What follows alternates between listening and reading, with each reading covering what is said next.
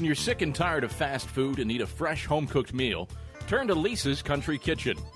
Lisa's been cooking up her fresh, never-frozen food for the Lakeway area for more than 15 years. Lisa's cares about her customers. You may enter a stranger, but you'll leave a friend. From foot-long hot dogs to juicy steaks, Lisa's has the best food for the best prices. Lisa's Country Kitchen on Route 92 off Old Andrew Johnson Highway. The best food for the best prices. This is Carson-Newman men's basketball alum Taylor Hawkins. I want to help your family secure its financial future. I'm with Modern Woodman Financial Planning, where we touch lives and secure futures. Let Modern Woodman protect your family's financial security through life insurance, retirement planning, and financial services. You can contact me, Taylor Hawkins, at cneagles.com/Modern Woodman. That's cneagles.com/Modern Woodman. Help secure your family's financial future through Modern Woodman Financial Planning.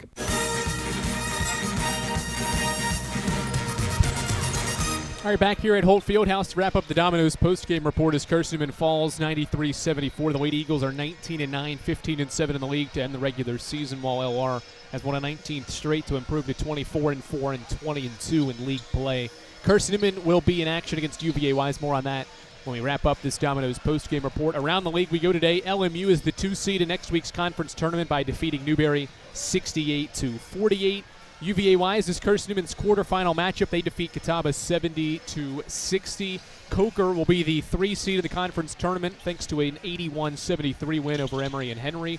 Wingate will be the 6th seed and play the Cobras after defeating Mars Hill 71-58. And Anderson takes down Tusculum 69-62. The Trojans are in the SAC tournament and will play the number 1 seed Lenoir-Rhyne next Wednesday. Carson-Newman softball defeated Davis and Elkins with a 10-run 7th inning to defeat Davis and Elkins 11-4, and the softball team just walked off Lincoln 5-4 in the 7th inning. The Eagles scored 4 unanswered runs to rally from a 3-run deficit. Carson-Newman baseball lost its opener today to Anderson 6-1. They have just started the second game of the day. We're scoreless in the top of the first inning. Adam Cavalier set to get you set for Carson-Newman men's basketball senior day contest against the Lenoir-Rhyne Bears. He gets you set for that contest with the AEC countdown to tip-off after this on the Eagle Sports Network.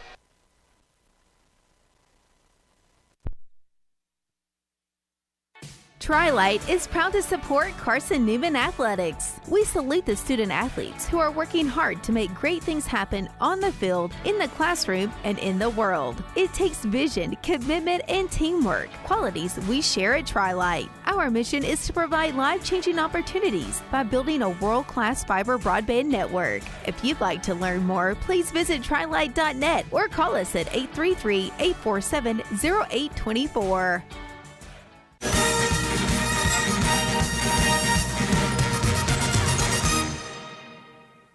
The following is a presentation of the Eagles Sports Network.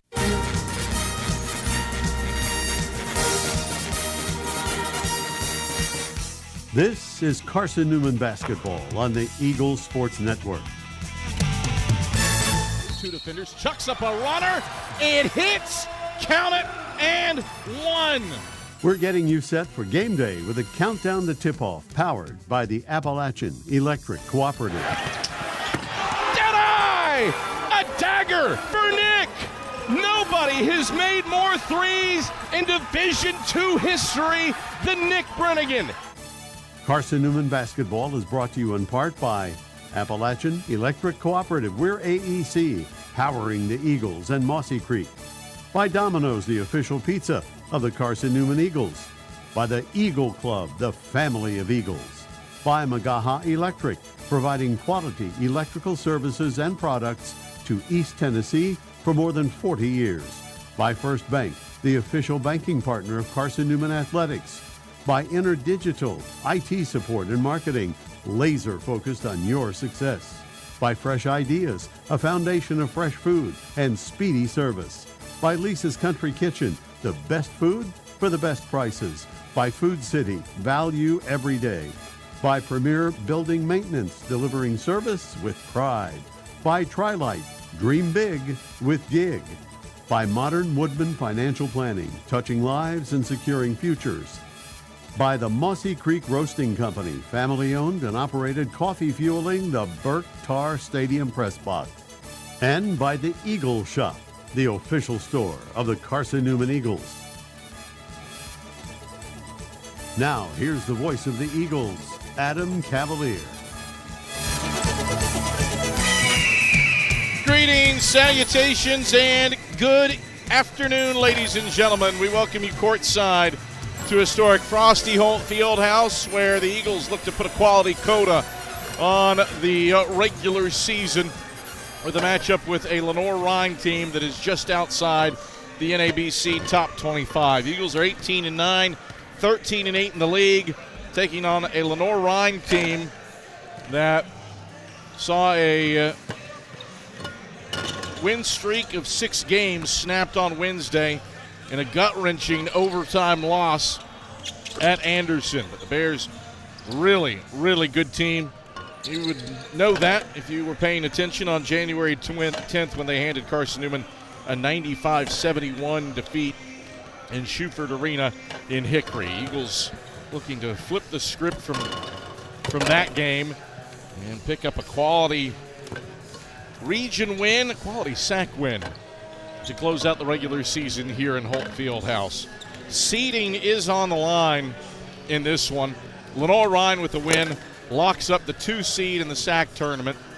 And a team that's ranked second in the Southeast region, it would be yet another quality win for the Bears on the road if they were to prevail. There is a scenario where Lenoir-Rhyne loses this one, and if the right combination, there's only one scenario out of about 9 featuring Carson-Newman, Wise, and LMU that would see the Bears drop to the 3 seed.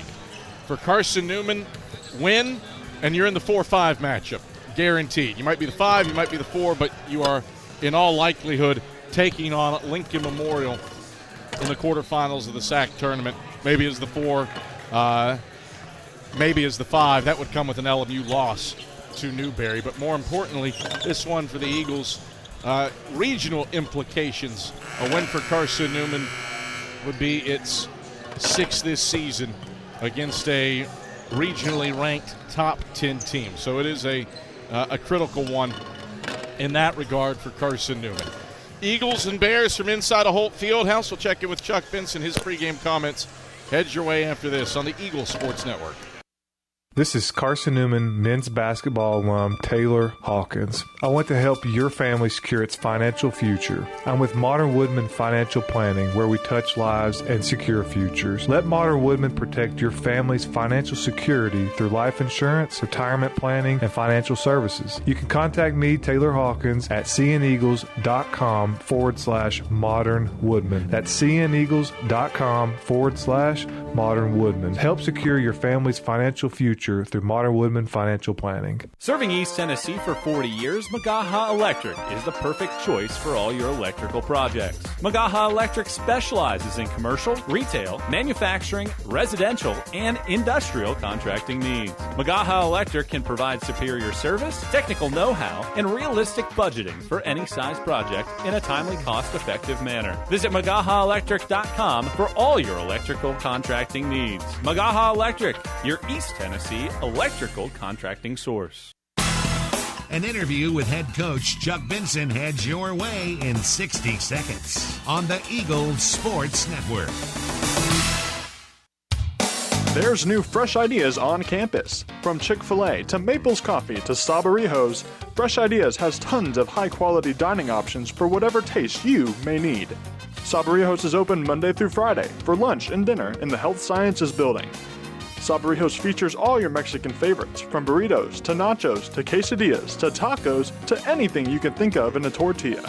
Follow Fresh Ideas on Instagram at Carson-Newman Dining.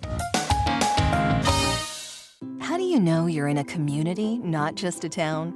Well, strangers smile as they walk by. They refill your coffee without you asking.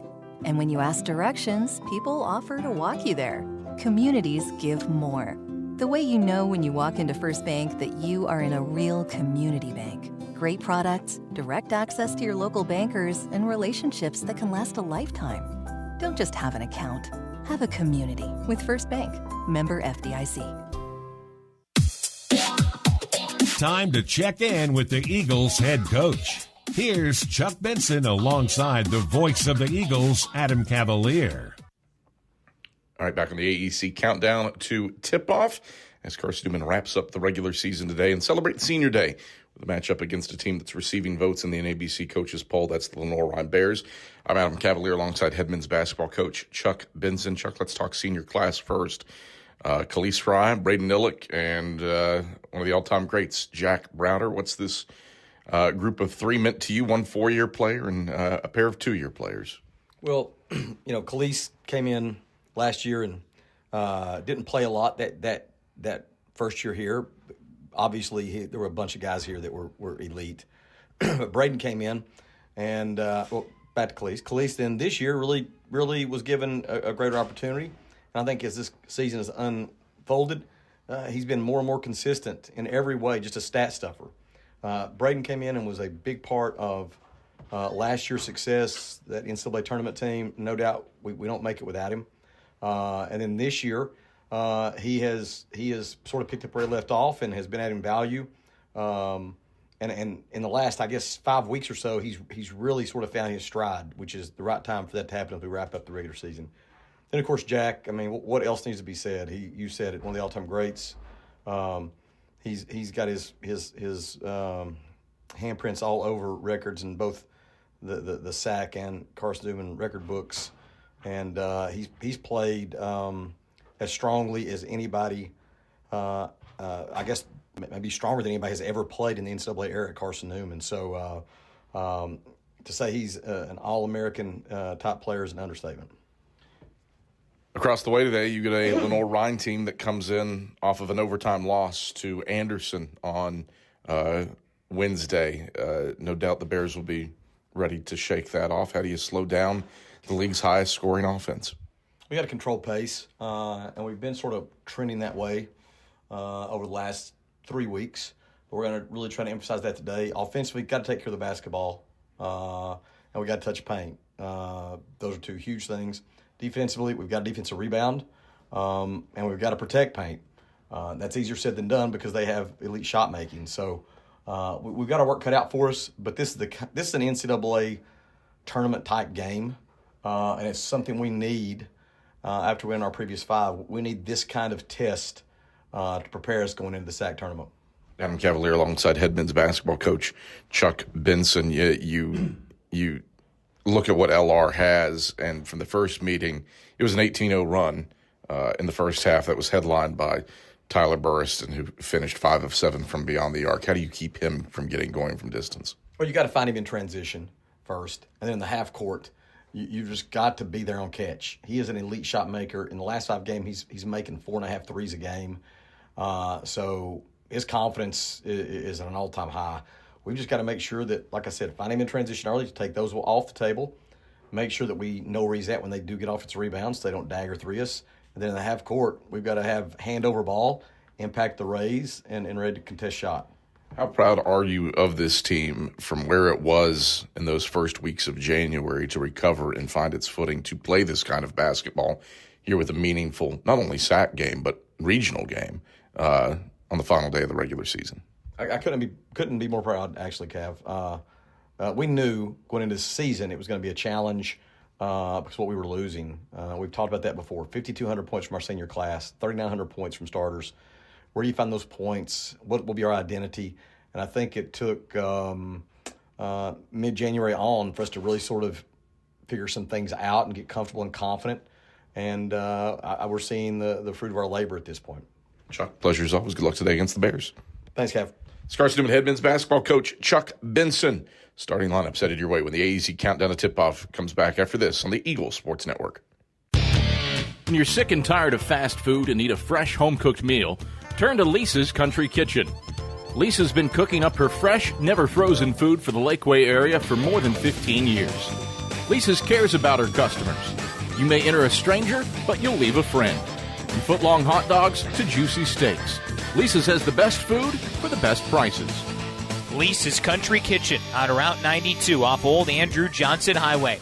The best food for the best prices. Domino's Pizza in Jefferson City and Morristown wants to help feed your business. When you're hungry at lunch, show your business card at Domino's in Jefferson City and Morristown when you make your purchase for pickup or delivery to get 25% off the entire order. That's 25% off your order at Domino's in Jeff City and Morristown when you show your business card. Call 865-471-6700 to get a pizza. Domino's, the official pizza of the Carson-Newman Eagles. Don't go anywhere. Tip-off is next. Trip Davis, marvelous, with the hands on one end and the guile to finish on the other. More CN memories are headed your way on the Eagles Sports Network. Power comes with not only having a voice, but knowing that it is heard. As part of an electric co-op, you're not just getting electricity, you're getting the power to have your voice heard and the opportunity to work together with your community to create a better tomorrow. Here, you're not just a customer, you're a member. AEC, empowering voices just like yours. Hey Eagle fans, check out the Eagle Shop, the official store of the Carson-Newman Eagles. Located in the MSAC Grand Hall, the Eagle Shop has all your Carson-Newman apparel, from brands like Nike, Columbia, and Comfort Colors. The Eagle Shop has all your gifts, gear, and accessories. Can't make it in person? Visit eagleshop.cn.edu. That's eagleshop.cn.edu for all your Carson-Newman clothing needs.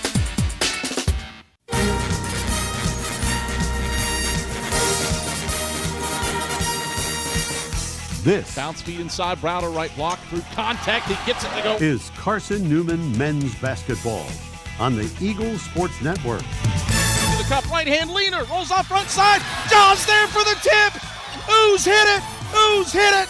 Carson-Newman celebrates. Today's game is brought to you in part by Appalachian Electric Cooperative, Domino's, Fresh Ideas, by the Eagle Club, First Bank, by Magaha Electric, Inner Digital, by Food City, by the Eagle Shop, Tri-Light, by Premier Building Maintenance, by Modern Woodman Financial Planning, by the Mossy Creek Roasting Company, and by Lisa's Country Kitchen.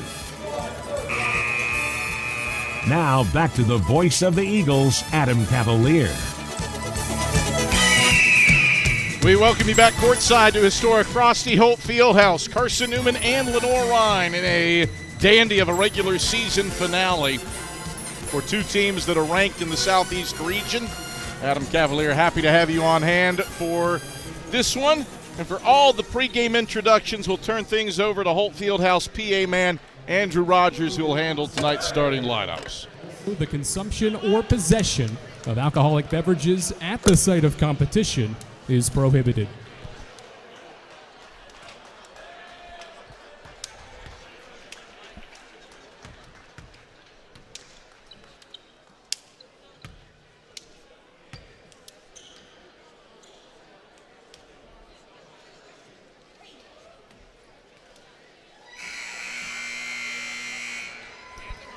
It's time to meet the starting lineups. First for the visitors from Hickory.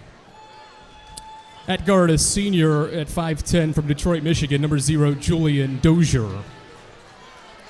At a forward, 6'5" from Waterbury, Connecticut, number 7, Akili Evans. A 6'2" senior guard, number 11, Junior Hodnett. A 6' senior guard, number 21, Tyler Burriston. And at center, a 7'2" junior, number 55, Conrad Luczynski. The Bears are coached by Brent Owen. He's assisted by Tyrone Grady and Cesar Luan Flores.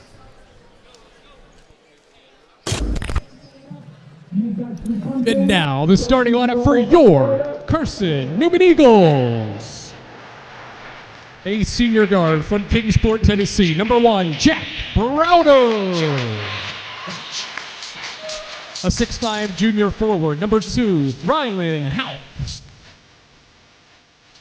A 6'9" senior forward from Morristown, Tennessee, number 5, Braden Illick. A 6'5" senior guard from Newport, Kentucky, number 7, Khalees Fry. And a sophomore guard from Clarksville, Tennessee, number 10, Matt Bilbray. The Eagles are coached by Chuck Benson. His assistants are Luke Brennigan, Pace Roach, and Dave Borman. Athletic trainer, Nick Dinos.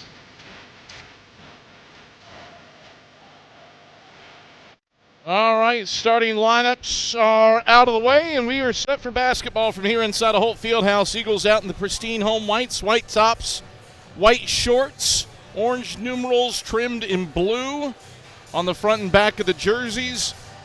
Carson-Newman written around the jersey numbers in blue trimmed in orange. For Lenoir-Rhyne, the Bears out in all black road jerseys, black tops, black shorts, white stripe up the sides. Lenoir-Rhyne written in a white outline around white numerals on the front of the jerseys. Luczynski versus Illick for the jump. And we are set for basketball here inside of Holt Fieldhouse. Ball is in the air. Luczynski wins the tap flat-footed on the ground, and the Bears move right to left to start this game against man-to-man defense from Carson-Newman. Burston, high-low action to Luczynski, left block. He backs down Illick into the lane, turns right, kick out head of the key, Dozier. Pump fake the 3, moves left elbow, fires the 15-footer and swishes it in. LR draws first blood with a Dozier 15-footer, 2-0 Bears. 25 seconds in. The Eagles work the basketball from left to right. Bilbray, left wing with the basketball. Works it left baseline, man-to-man with Burston. Bilbray, 13 to shoot, curls out to the left wing, hands off Illick, underhand flip back to Bilbray, left wing. 10-9, Bilbray motions with his left hand for motion, gets it to Fry, head of the key. 5-4, Fry drives right side of the lane, 2-1, he fades middle of the lane, back of the rim, it bangs no good. Luczynski cleans up the miss, and the Bears bring it right to left. Head of the key for Akili Evans. Evans, overhead pass, left wing, Burston. Down in the left corner, Hodnett. Skip it right corner, Dozier. Pump fakes a 3, gets Browder airborne, drives right baseline, into the paint. Dozier flips out, Hodnett left wing. Catch 3 in rhythm, back iron no. Luczynski wins the battle for the offensive rebound and sticks it back in from the right side. 4-0 Bears, 100 seconds in. Eagles slowly work the ball left to right over the timeline, left side with Browder handling against Evans. He drives to the right block, lays it up, missed it. Fry an offensive rebound, kicks it out. Houck right wing. Houck open from deep. He takes it, doesn't make it off the back iron. Evans grabs the rebound, and the Bears bring it right to left with a 4-0 lead. 18-17 to go in the first half. Evans, right wing, drives by Fry all the way to the hoop. He throws it down. Chuck Benson calls for time. 6-0 run for Lenoir-Rhyne to open up this contest. Benson didn't like the lack of help coming for Evans to throw down the jam, thus prompting the timeout. Eagle fans, AEC is your local electric co-op service you can trust and value, you can depend on. Powering Mossy Creek, we're AEC, powering what matters most. And Eagle fans, Domino's is the official pizza of the Carson-Newman Eagles, so when you're hungry, reach for Domino's. Get a large one-topping pizza for $6.99 with your Carson-Newman ID. Domino's, it is the official pizza of the Carson-Newman Eagles. 6-0 start for the Bears. They have made 3 of their first 4 shots. Do not have an empty possession, while the Eagles have started 0-3 from the field.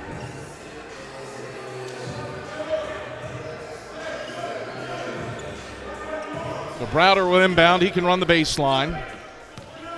No change for either team in terms of lineup. Browder triggers into Fry in the backcourt. Nobody defends him as he crosses the timeline. Right side, underhand handoff to Houck between the rings. Houck loops it to Fry, left elbow. Handoff Browder at the free throw line. Browder down to the right block, hangs, lays it in with the right hand. First points for Carson-Newman come as Jack Browder becomes the Eagles' NCAA record holder for most points in a single season, tied with Charles Clark. Makes it a 2-point game. Bears get it inside for Luczynski. He dumps it in with the left hand and draws a foul, counted in the basket. Browder hacked him from behind, his first. The first on the Eagles. And Luczynski heads to the line for an and-one free throw. Conrad Luczynski, slightly above board this season compared to his entire career, 65% for a 64% shooter lifetime at the line, and he misses this one off the heel. Browder grabs the rebound, and the Eagles move left to right with it. Down by 6, 8-2 with 17:30 to play first half. Bilbray wants ahead of the key three, and he shreds the strings. Matt Bilbray buries a tray ball to cut the deficit in half. 8-5, now Evans out of control. Lost it out of his kneecap, out of bounds into Carson-Newman's bench. First empty possession for the Bears. Ball back to the Eagles, down by 3. 17:22 to play in the first half. Fry with it in the front court, right wing for the Eagles. Are not really defending him. He's Luczynski's man-to-man. Bilbray, right of the paint, stops his dribble, bounces to Illick. Left block, off his outstretched left fingertips. Dozier steal. Dozier gives off Evans running the lane. He throws it down in transition. Bears have made their last 4 shots. Only one empty possession for Lenoir-Rhyne with a 5 of 6 start from the field. 10-5 Lenoir-Rhyne with 16:52 to play in the first half. Eagles onto the offensive end. Fry for Browder left of the paint. Spins right into the paint. Right hand hook won't go from 12 off the back of the 10. Luczynski has his 3rd rebound, and the Bears bring it right to left. Dozier, left wing, airballs a 3, but it's to Burston. Might as well have been a pass. He saves it in on the right baseline, but to Jack Browder. Eagles basketball. See how that one's scored, whether it's an offensive rebound and a turnover, or Browder gets a defensive board. On the other end, Bilbray, mid-range, right elbow, 15-footer. Doesn't catch off the back of the 10. Bears bring it right to left, ahead by 5. Right wing, Hodnett slips it to Dozier, left point. Spins it inside, Luczynski off 2 passes. Trap, kick out for Evans around the horn, right corner. Burriston a 3, back iron no. Rebound scrap 4. Browder tips it to Illick in the left corner. Eagles get the stop. 10-5 Lenoir-Rhyne, 15:55 to go in the opening stanza. The Eagles work it left to right, a 2 of 7 start from the field. Browder, head of the key, pick and pop 3, halfway down and out front side. Hodnett the rebound and running left of the lane. Lenoir-Rhyne moves right to left with it. Dozier takes the air out of the ball, extended right wing, matched up man-to-man with Fry. Fry stripped him. Fry picks it up at the timeline, and then Dozier shoved him. Fry was off and running. Dozier commits the harm, his first. The first on the Bears, and it brings us to a break in the action. 15:32 to go in the first half. 10-5 Lenoir-Rhyne. Bears open the game on a 6-0 run. Eagles trying to stay punch for punch with white-hot LR. Hey, Eagle fans, Lisa's Country Kitchen serves the best home-cooked meals that the Lakeway region has to offer. Lisa's Country Kitchen, the official restaurant of the Carson-Newman Eagles. Back after this on the Eagle Sports Network. Domino's Pizza in Jefferson City and Morristown wants to help feed your business. When you're hungry at lunch, show your business card at Domino's in Jefferson City and Morristown when you make your purchase for pickup or delivery to get 25% off the entire order. That's 25% off your order at Domino's in Jeff City and Morristown when you show your business card. Call 865-471-6700 to get a pizza. Domino's, the official pizza of the Carson-Newman Eagles. This is Carson-Newman men's basketball alum Taylor Hawkins. I want to help your family secure its financial future. I'm with Modern Woodman Financial Planning, where we touch lives and secure futures. Let Modern Woodman protect your family's financial security through life insurance, retirement planning, and financial services. You can contact me, Taylor Hawkins, at cneagles.com/Modern Woodman. That's cneagles.com/Modern Woodman. Help secure your family's financial future through Modern Woodman Financial Planning.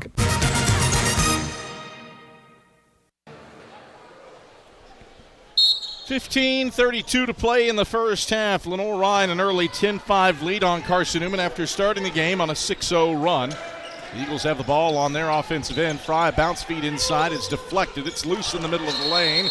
Got a tie-up and a jump ball. Arrow favors the Eagles. Keely Evans hit the deck, as did Jack Browder and Khalees Fry.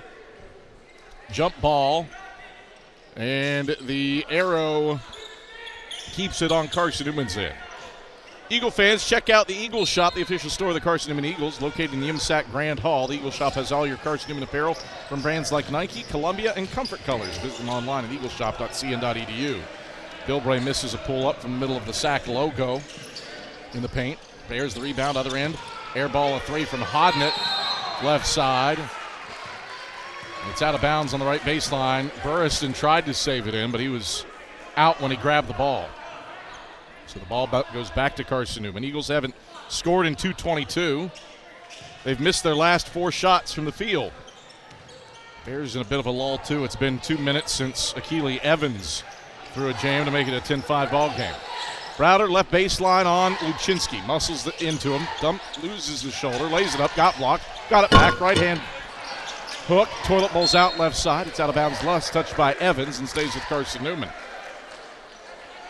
So a third chance for the Eagles after Browder got rejected. Put it back up, and then Hauk inbounds to Bilbray in the left corner. Bilbray, right hand dribbles left wing, feeds Fry ahead of the key, back to Bilbray. Screen and roll. Bilbray instead slips left corner. Illett catch the on the way, front of the tin, no good. Good look at the bucket. Hodnick grabs the miss on the right block for the Bears, and they bring it right to left. Evans, left wing with the ball. Left hand pickup, gives off to Hodnick. Skip it right corner. Dozier, touch pass around the horn it goes to ahead of the key for Evans. High-low lob for Luczynski. Lands left block, kick out for Junior Hodnick right corner. 3 ball back of the tin, no good. Evans had the offensive rebound, but lost it to Browder on the right block. Neither team scored in 2.5 minutes.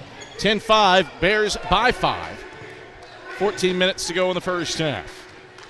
Eagles onto the offensive end. They've missed their last 7. Browder right around a Fry screen, takes off to the bucket and lays it in. Jack Browder knifing inside, has 4 points. That stops a 3-minute, 20-second scoring drought for the Eagles. Pulls them within 3. Bears onto the offensive end. They've missed their last 4 shots, but that came after a 5 of 6 start from the field. Evans pulls up right wing 3. Missed it, back of the rim. Long rebound, left baseline, Dozier. Second chance. Dozier chucks it near the timeline. It's chased down by Burriston. Over to Dozier, left wing. Dozier. Jab step, right foot, 8 and 7 to shoot. Dozier gets a screen from Luczynski. Pick and pop 3. He rolls it home. 5 points for Julian Dozier, the 38% three-point shooter. Matches LR's biggest lead of the day at 6, 13-7, with 13:06 to play in the first half. Eagles shooting just 23% from the field. Fry head of the key. Right hand dribbles to the right wing. Finds Bilbray open from deep on the right wing. Bilbray strokes it. Bryn Owen not happy with the loss of Bilbray on defense. He calls for time. So both coaches have burned a 30 here in the first half. It's a 13-10 lead for Lenoir-Rhyne with 12:52 to play in the first half. Serving East Tennessee for 40 years, Magaha Electric is the perfect choice for all your electrical projects. Visit MagahaElectric.com for all your electrical contracting needs. Magaha Electric, they are your East Tennessee electrical contracting source. Lenoir-Rhyne started this game on a 6-0 run. Chuck Benson promptly called timeout. And we've been mired in a defensive war of attrition since. Eagles shooting 29% from the field. Bears started 5 of 6 from the field. Didn't have an empty possession in the first 5 times they touched the basketball. But since then, just 1 bucket, the Julian Dozier 3. 12:52 to play in the first half. 13-10 Bears leading. To some extent, you would expect this. Carson-Newman and Lenoir-Rhyne 1-2 in the league in field goal percentage defense. Bears with the basketball on their offensive end. Amarian Savage has it between the rings. Browder defends him man-to-man. Off to Kimball, left wing. Up top for Evans, 10 to shoot. Evans, one left-hand dribble, bounces it inside. Sam Martin backs down Illett, kick out Evans, left point, tries the triple, rattles it in. Keely Evans makes about a 3 a game. Evans is 1 for 2 here today, and the Bears are back on top by 6. 16-10 with 12:13 to play in the first half. LR shooting 54% from the field. Browder, head of the key. Measures a 3. Bingo! Jack Browder, pick and pop works. He's got 7. Eagles answer with a 3 ball. 16-13. Back to a 3-point game with 11:54 to play in the first half. Bears front court. Evans right wing. Hauk with her high right hand to defend him. Evans backs it out. Savage on the wing. Savage dribbles with the left hand. Gives back to Evans right wing. High low to Kimball right baseline. He's trapped. Kimball bounces a pass out of it. Browder steals. Browder takes the air out of the ball. And the Eagles will walk it over the timeline right side. Brent Owen imploring Akili Evans to come out and defend Bilbray. Bilbray, two-hand pass to Houck right wing. Houck left-hand dribbles, flips back out to Bilbray left wing. Jab step right foot, got Kimball airborne. Now Bilbray moves left to the side of the paint, finds Fry at the free throw line, muscles inside on Sam Martin, ducks the shoulder, right-hand flip, no. Illick an offensive rebound, turns, leans, and connects off glass. First points for Braden Illick. Carson-Newman has made 4 of its last 5 shots, and the Eagles are down 1. 16-15 with 11:03 to play in the first half. Bears front court. Martin goes to work left block on Illick. Turns right into the paint, pivots, flips back out Savage left point, reset with 15 to shoot. Savage left around a Martin screen, down to the left block, peels it back out to Evans right point. Jab step, moves inside, hop step into the paint, whistle, foul, shooting. Charge Ryland Houck with his first personal, the second on the Eagles, brings us to a break in the action. 10:45 to play in the first half. Lenoir-Rhyne 16, Carson-Newman 15. Bears up by 6 early, but the Eagles have made 4 of their last 5 shots after starting this game, 2 of 12 from the field. We're back to Holt Fieldhouse after this on the Eagle Sports Network. Looking to make your home more comfortable and affordable? Maybe with a new electric heat pump or new attic insulation? And don't forget new doors and windows. AEC is here to help. We have a quality contractor network, easy financing, and incentives for home upgrades. Plus, AEC carefully inspects every job to ensure the highest quality satisfaction. Visit our website at aeccoop.org for applications, contractor lists, and more details. AEC, power what matters most. When you're sick and tired of fast food and need a fresh home-cooked meal, turn to Lisa's Country Kitchen. Lisa's been cooking up her fresh, never-frozen food for the Lakeway area for more than 15 years. Lisa's cares about her customers. You may enter a stranger, but you'll leave a friend. From foot-long hot dogs to juicy steaks, Lisa's has the best food for the best prices. Lisa's Country Kitchen on Route 92 off Old Andrew Johnson Highway. The best food for the best prices. 10:45 to go in the first half. It's a 16-15 lead for Lenoir-Rhyne. And Akili Evans to the line where he knocks him down at 78% this season. Evans, first free throw, rims out right side, no good. Best he can do is make it a 2-point game. LR shooting the better percentage, but 4 turnovers compared to 1 for Carson-Newman. The reason why the Eagles are within 1, in spite of shooting 35%. Second one's through for Evans. He's got 8 points to lead all scores. And it's a 17-15 lead for Lenoir-Rhyne with 10:45 to play in the first half. A 3 would give Carson-Newman its first lead of the day. The Eagles are 3 of 6 from beyond the arc. Browder dispossessed at the timeline by Savage. He breaks across the timeline. Takes it to the head of the key, Euros into the lane, drops it off Uosis, middle of the paint, flip it out, Bilbray head of the key. Bilbray out to Illick, back to Bilbray between the rings. Kimball defends him, 10-9 to shoot. Bilbray, 8-7 with the right hand, pulls up, right elbow, 15-footer, draws front iron, bounces out of bounds into the right corner, deflected out by Amarion Savage. Shot clock resets to 20. And the Eagles will get the ball out of bounds with their 5th offensive rebound of the day in the right short corner.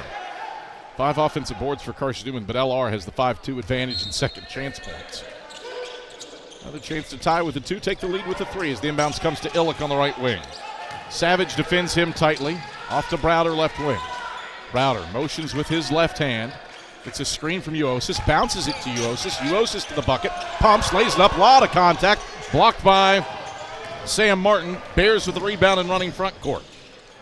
Ilo action to Kimball left of the lane. Back to the basket. Bangs inside on Illick. Bounces it out to Dozier left wing. Dozier to the cup. Slips Martin right. Block. Goes up for a 2-hand jam. Here's a whistle and a foul. It's on Illick. His first, the team's 3rd. There was a lot less contact on that exchange than there was on the opposite end when Uosis went to the bucket. So Sam Martin to the line. What a job he has done working on free throws here in his junior season. The Apex, North Carolina native, a career 64% shooter. But he's at 73% this season, and he swishes the first. 56-76 at the line here for the junior. And he pushes the lead out to 3, 18-15, with 9:50 to go in the first half.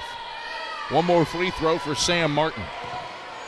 2 bounces, bends the knees, the righty flips it up, missed it off the left. Uosis rises to rip down the rebound, gets it to Browder, who dribbles over the timeline right side. Auk sets up shot between the rings and gives back to Browder right wing. Browder to the head of the key, moseys over to the left wing, now accelerates down to the left block, lays it up and draws a foul on Sam Martin. Browder missed the bunny, but Martin gets charged with his first personal, the second on the Bears. And Browder heads to the line to shoot 2 free throws for Carson-Newman. 7 points for Jack Browder. This next one will move him past Steve Adams, and indeed he is now 4th on Carson-Newman's all-time scoring list. 2,035 career points for Jack Browder, officially 4th all-time in school history in scoring. And he buries the second free throw. 9 first-half points for Browder. Eagles down 1, 18-17 with 9:30 to play in the first half. Bears haven't made a shot from the field in nearly 3 minutes. They have gotten to the line somehow. Dozier through the middle of the paint, right-hand teardrop, rattles it in from 12 feet out over the Sac logo. 20-17. Bears by 3, 9:15 to go in the first half. Eagles break LR's token pressure and bring it front court. Browder between the rings, defended by Marion Savage. Browder dribbles right to the point, gives to Illick left point. Illick back to Browder on the right point. Browder, jab step right foot, down the right side of the paint, off balance leaner, airballed it. It's collected on the right baseline by the Bears, and LR brings it front court. Savage down the right side of the paint, lost the handle on it. Bilbray to steal. Bilbray off and running, all the way to the bucket. Bilbray finger rolls it home. 20-19. Eagles within 1, 8:38 to go in the first half. Bears work it right to left. Right wing for Junior Hodnett. Hodnett drops it off to Kimball, right block. Kimball jab step, spins inside on Uosis. Looks to bounce, does so to Dozier. Shot erased by Illick, but a whistle and a foul. Charge this to Bilbray, trailing the play. It's his first, the 4th on the Eagles. So 2 free throws for the Bears. LR shooting 57% from the field compared to 33% for Carson-Newman. Eagles just have it on volume right now. Bears have taken 14 shots as Dozier makes the first to make it a 2-point game. Eagles have taken 21, and in spite of the shooting discrepancies, the Eagles have only made 1 fewer shot than Lenoir-Rhyne and made 1 more 3. Second free throw for Dozier with 8 points, make it 9 as he buries the second. It's a 3-point game. 22-19, Lenoir-Rhyne, 8:22 to play in the first half. Eagles work it left to right. Fry gives to Browder between the rings. Akili Evans defends him man-to-man. Browder to the left point, pulls from deep. Browder, back iron, no. Bilbray an offensive rebound at the free throw line. Bilbray, right wing. He tries from range. Missed it wide to the left, and it's out of bounds. 8:01 to play in the first half. Ball back to Lenoir-Rhyne, leading 22-19. Dozier, Hodnett, Kimball, Luczynski, and Evans on the floor for the Bears, moving right to left in black jerseys. Dozier open around the screen left wing. His triple's off the mark. Browder elevates for a 4th rebound, and the Eagles move left to right with it, down by 3. We've not had a tie. We have not had a lead change. Bears have led by 2 possessions for the duration. Fry, left to the lane, backs it out to the free throw line, and shunts it to Browder, right wing for a triple. Browder, bang, bang! Jack Browder has moved past LMU's Laquan Choice, fittingly with a 3, and into 4th place on the league's all-time scoring list. He's tied it at 22 with 7:20 to play in the first half. Bears onto the offensive end. Dozier in the left corner. Out to Kimball, head of the key, around to Evans, right wing. Evans, left around to Luczynski screen. It's moving. You got a whistle and a foul on Browder. Luczynski was bulldozing Browder. Browder's picked up his second, the team's 5th, and it brings us to a break in the action. 7:09 to play in the first half. Carson-Newman and Lenoir-Rhyne deadlocked at 22. And we return to Holt Fieldhouse after these messages on the Eagle Sports Network. At InterDigital, we strive to be a leading provider of cutting-edge digital and marketing solutions. At InterDigital, we want to help our clients find success. Our team of technology gurus work together to ensure InterDigital continues to progress forward as technology advances. At InterDigital, we make technology work for you. Visit interdigital.com for IT support, web development, virtual tours, graphic design, internet marketing, mobile app, and film production services. InterDigital, laser focused on your success.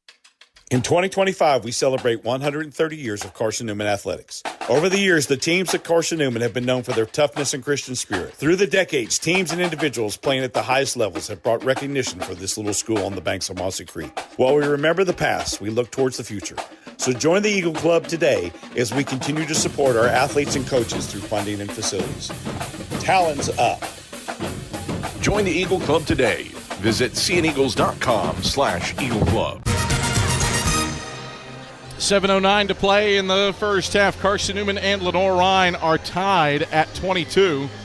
Jack Browder, with his second personal foul, remains on the floor for Carson-Newman after he and Conrad Luczynski were tied up. Evans to inbound right baseline for the Bears. Gets it into the right corner for Dozier. Dozier left to the right wing. Up top, Luczynski. Luczynski finds Hodnett down the left side of the paint, lobs it up. Fry deflects it. Houck steals it on the perimeter. Eagles look for their first lead. Houck off to Bilbray left wing. He pulls from Bilbray. Bending. No, off to the right.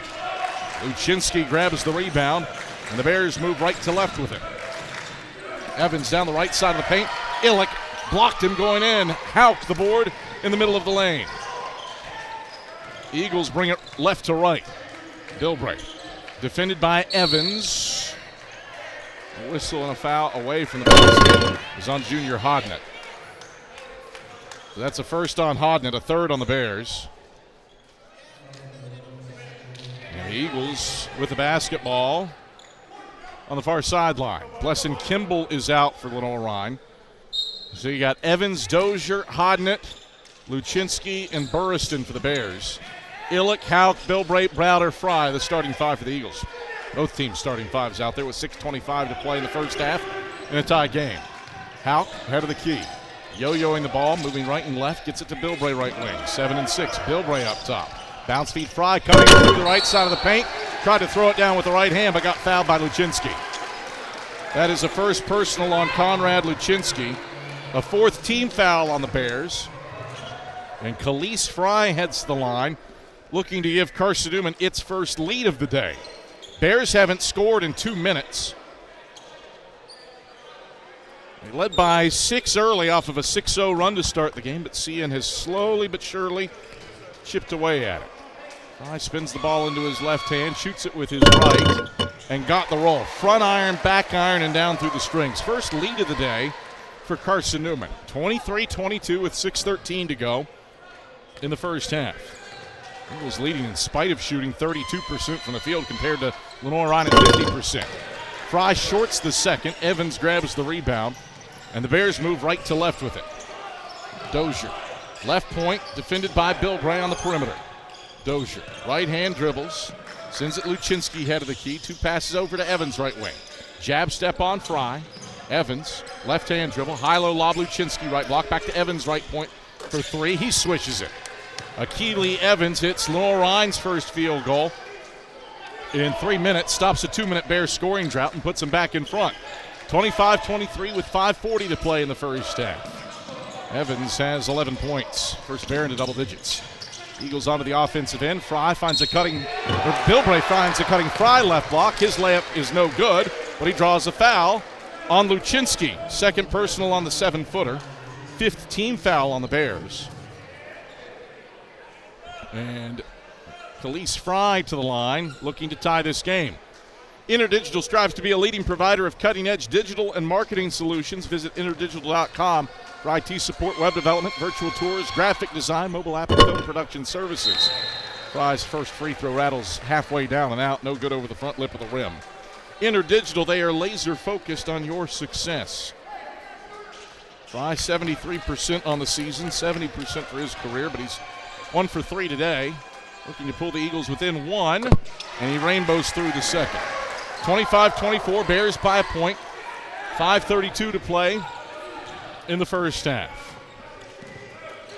Lenoir-Rhyne onto the offensive end. Dozier, right elbow. Bounce for Burriston, head of the key, deflected by Houck, but Dozier gets it back. Dozier to the rim. He hangs and lays it in from the right side off glass.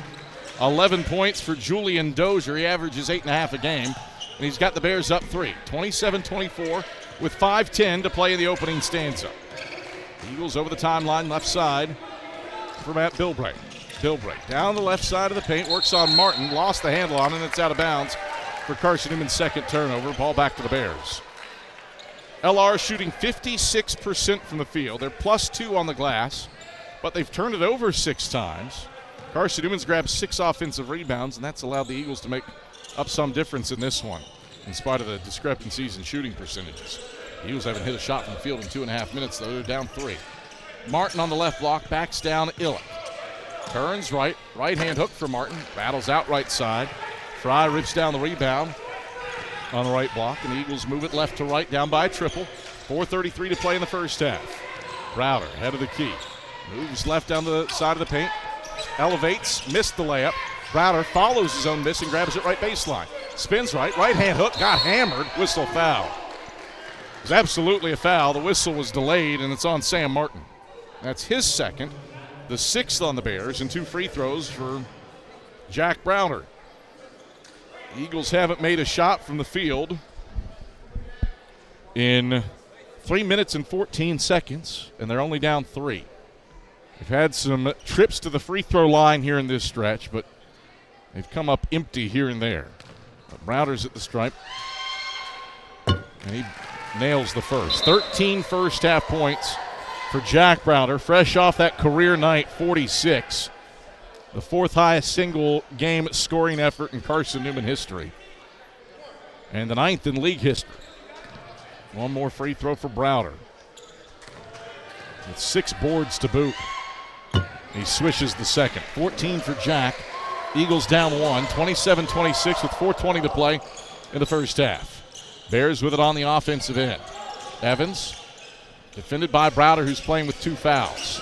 Hodnett, left wing. Hodnett drops it off Dozier. Bounce feed inside. Illick steals it away. Plunks it in off of Kimball, and it's out of bounds for the Bears' 7th turnover. Ball back to the Eagles. 7 turnovers for Lenoir-Rhyne compared to 2 for the Eagles. That, in addition, has enabled the Eagles to keep pace in spite of Lenoir-Rhyne shooting 53% to 31% for Carson-Newman. Bilbray, left wing with the basketball. Picks it up, defended tightly by Evans, and Bilbray walked. So 1 turnover begets another. That brings us to a break in the action. 3:51 to play in the first half. Lenoir-Rhyne 27, Carson-Newman 26. Bears have led by as many as 6. That came in the first 100 seconds of the game. Settled in. It's been back and forth ever since. 1 tie, 2 lead changes in this one here on the Eagle Sports Network. Serving East Tennessee for 40 years, Magaha Electric is the perfect choice for all your electrical projects. Magaha Electric specializes in commercial, retail, manufacturing, residential, and industrial contracting needs. Magaha Electric can provide superior service, technical know-how, and realistic budgeting for any size project in a timely, cost-effective manner. Visit MagahaElectric.com for all your electrical contracting needs. Magaha Electric, your East Tennessee electrical contracting source. We love to cheer for our home teams, like the Eagles. It means more when we're rooting for the people we know. Did you know Tri-Lite is your home team internet provider? We're right here in Jefferson City, serving the people we know with our ultra-fast, ultra-reliable fiber broadband network. And we'd love to serve you. Learn more at trilite.net or by calling 833-847-0824. Go Eagles! 3:51 left in the first half, 27-26. Lenoir-Rhyne up by 1 on Carson-Newman. Been an interesting one. You look at the shooting percentages, you think LR might be running away with it, shooting 53% from the field compared to Carson-Newman at 31%, but the Bears have 7 first-half turnovers. The Eagles have more offensive rebounds, and Carson-Newman is close on margin. Bears go inside to Akili Evans, and he twists in for a right-hand layup. He's got 13 points. Bears up 3. 29-26, 3:35 to go in the first half. Full court pressure on for Lenoir-Rhyne. Evans defends Browder, who brings it across the timeline center court with a second to spare on the 10 count. Browder head of the key. Burriston switches in to him man-to-man. Browder down to the right block. He whistles it up with the right hand and kisses it in off the glass. 16 points for Jack Browder.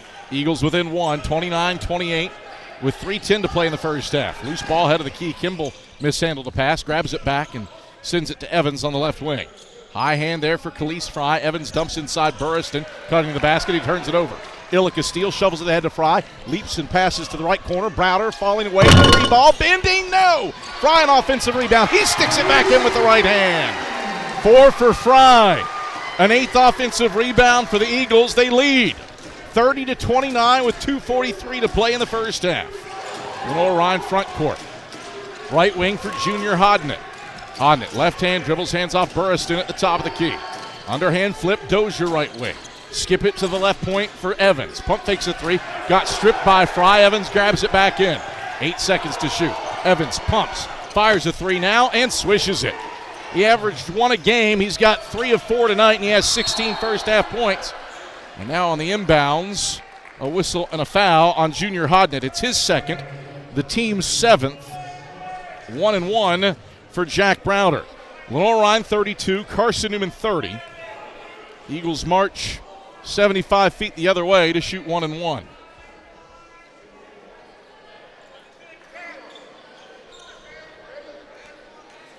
(32-30). Bears have made 4 of their last 5 shots from the field. And Samantha Galloway says her time for Junior Hodnett to check out. Or Tyler Burriston, pardon me, to check out. Front end of the 1-1 is through for Browder. 17 first half points for him. 32-31, Eagles down a point. One more free throw for Browder. Bends the knees, flips it up, and swishes it. That is a career-long streak of 23 consecutive made free throws for Jack Browder to tie the game at 32 with 2:10 to go in the first half. Bears front court. Kimball working left block. He shoots over Illick. Missed it. Illick got a piece, and he grabs the rebound on the left block for the Eagles. Carson-Newman works left to right with it, looking to break this 32 all-tie. Eagles have had the lead a couple times, but never more than by a point. Bilbray, left wing. Bounces to Illick, left block. Back to the basket. He works it on Evans. Turns, right-hand hook, left it short. Evans seizes the rebound in front of Fry on the right block, and the Bears move right to left with it, looking to break a 32 all-tie. Savage over to the right point for Dozier. Back to Savage, left wing. Left around an Evans screen to the left baseline. Savage start and stop move. Lost the handle on it. Fry poked it loose. Browder has the steal. 9th first half turnover for the Bears. Ball back to the Eagles with 85 seconds left in the first half of a 32-32 tie. High leverage here in Holt. Bilbray lost the handle on it against Savage. Fires to Fry in the left corner. Fry splits 2 between the legs. Reverse layup, no. Bilbray grabs the rebound, kicks it right corner for Houck. Shot clock reset when it should not have.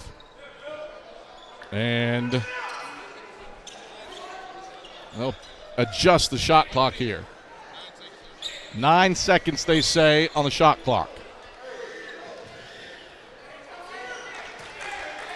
Tri-Lite is your home team internet provider, providing Jefferson City with ultra-fast, ultra-reliable fiber broadband. Let them serve you. Visit trilite.net. Inbounds in the left corner. Bilbray tries a triple. It's off the mark, front of the 10. He's 2 of 5 from deep. Bears the rebound and running. Kimball down the right side of the lane. Walked. Turnover number 10 of the first half for Lenoir-Rhyne. Comes with a minute on the button left in the first half. 32-32. Eagles and Bears deadlocked. Inbounds comes to the timeline to Braden Illick. Still in the backcourt. He gives off to Bilbray, who brings it across with 4 seconds to spare. Bilbray pulls from the left wing. Triple. Bending. No. Evans elevates for a 5th rebound, and the Bears bring it right to left, looking to break this 32 all-tie. Head of the key for Amarion Savage. Browder out to defend him. Savage. Pick and pop 3 from the left point. Glances off the front iron. Illick the rebound. 5-second difference, shot clock to game clock. Eagles have missed their last 4 shots from the field. Bill Bray over the timeline, left side. Bill Bray sets up shot between the rings as Julian Dozier defends him. Bill Bray dispossessed by Dozier. It's out of bounds and stays with Carson-Newman with 18.4 seconds to play in the first half and 13 to shoot. The Eagles have missed their last 4 shots. Lenoir-Rhyne hasn't scored in 2 minutes. And these teams are deadlocked defensively at 32 in the latter stages of the first half. Inbounds into the backcourt for Bill Bray. He's racing across the timeline with 8 to shoot. Bill Bray down the left side of the paint. Stops, pivots, leans into Kimball. Hangs, layup, no. Evans scrapping for the rebound. Grabs it. 6 seconds left. Evans takes off. Euros to the hole. Layup falls off left side. Evans tap, no. Bill Bray, three-quarter court heave off the rebound. Air ball, and that is how the first half comes to a close. Defensive war of attrition. We're a day shy of March, but it certainly feels like the 3rd month of the year is here. 32-32, Eagles and Bears deadlocked at the break in a key SAC and Southeast Region showdown. Both teams, the final 2:20 of the first half, with no points. Eagles Shop halftime report heads your way when we come back after this on the Eagle Sports Network. At InterDigital, we strive to be a leading provider of cutting-edge digital and marketing solutions. At InterDigital, we want to help our clients find success. Our team of technology gurus work together to ensure InterDigital continues to progress forward as technology advances. At InterDigital, we make technology work for you. Visit interdigital.com for IT support, web development, virtual tours, graphic design, internet marketing, mobile app, and film production services. InterDigital, laser-focused on your success. AEC is a distributor of Marathon energy-efficient water heaters. We offer 30-gallon to 105-gallon tanks. Marathon water heaters are durable, lightweight, and under warranty to not leak as long as you own your home. Foam insulation allows these thermal storage units to provide long-term temperature control. Marathon's lightweight tank is easier to maneuver and position, and the bowl-shaped tank bottom allows complete sediment drain. AEC, empowering efficiency. It's halftime.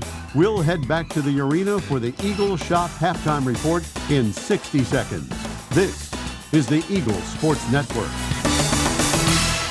Serving East Tennessee for 40 years, Magaha Electric is the perfect choice for all your electrical projects. Magaha Electric specializes in commercial, retail, manufacturing, residential, and industrial contracting needs. Magaha Electric can provide superior service, technical know-how, and realistic budgeting for any size project in a timely, cost-effective manner. Visit MagahaElectric.com for all your electrical contracting needs. Magaha Electric, your East Tennessee electrical contracting source. Hey Eagle fans, check out the Eagle Shop, the official store of the Carson-Newman Eagles. Located in the MSAC Grand Hall, the Eagle Shop has all your Carson-Newman apparel, from brands like Nike, Columbia, and Comfort Colors. The Eagle Shop has all your gifts, gear, and accessories. Can't make it in person? Visit eagleshop.cn.edu. That's eagleshop.cn.edu for all your Carson-Newman clothing needs.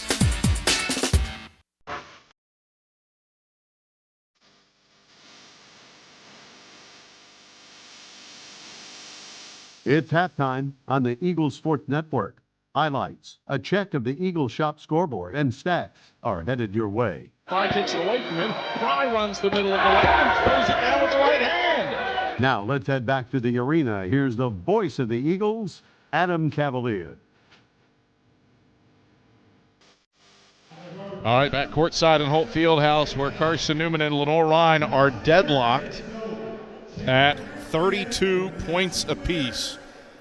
Eagles and Bears both top 10 in the Southeast Region rankings and are in contention for an NCAA tournament berth.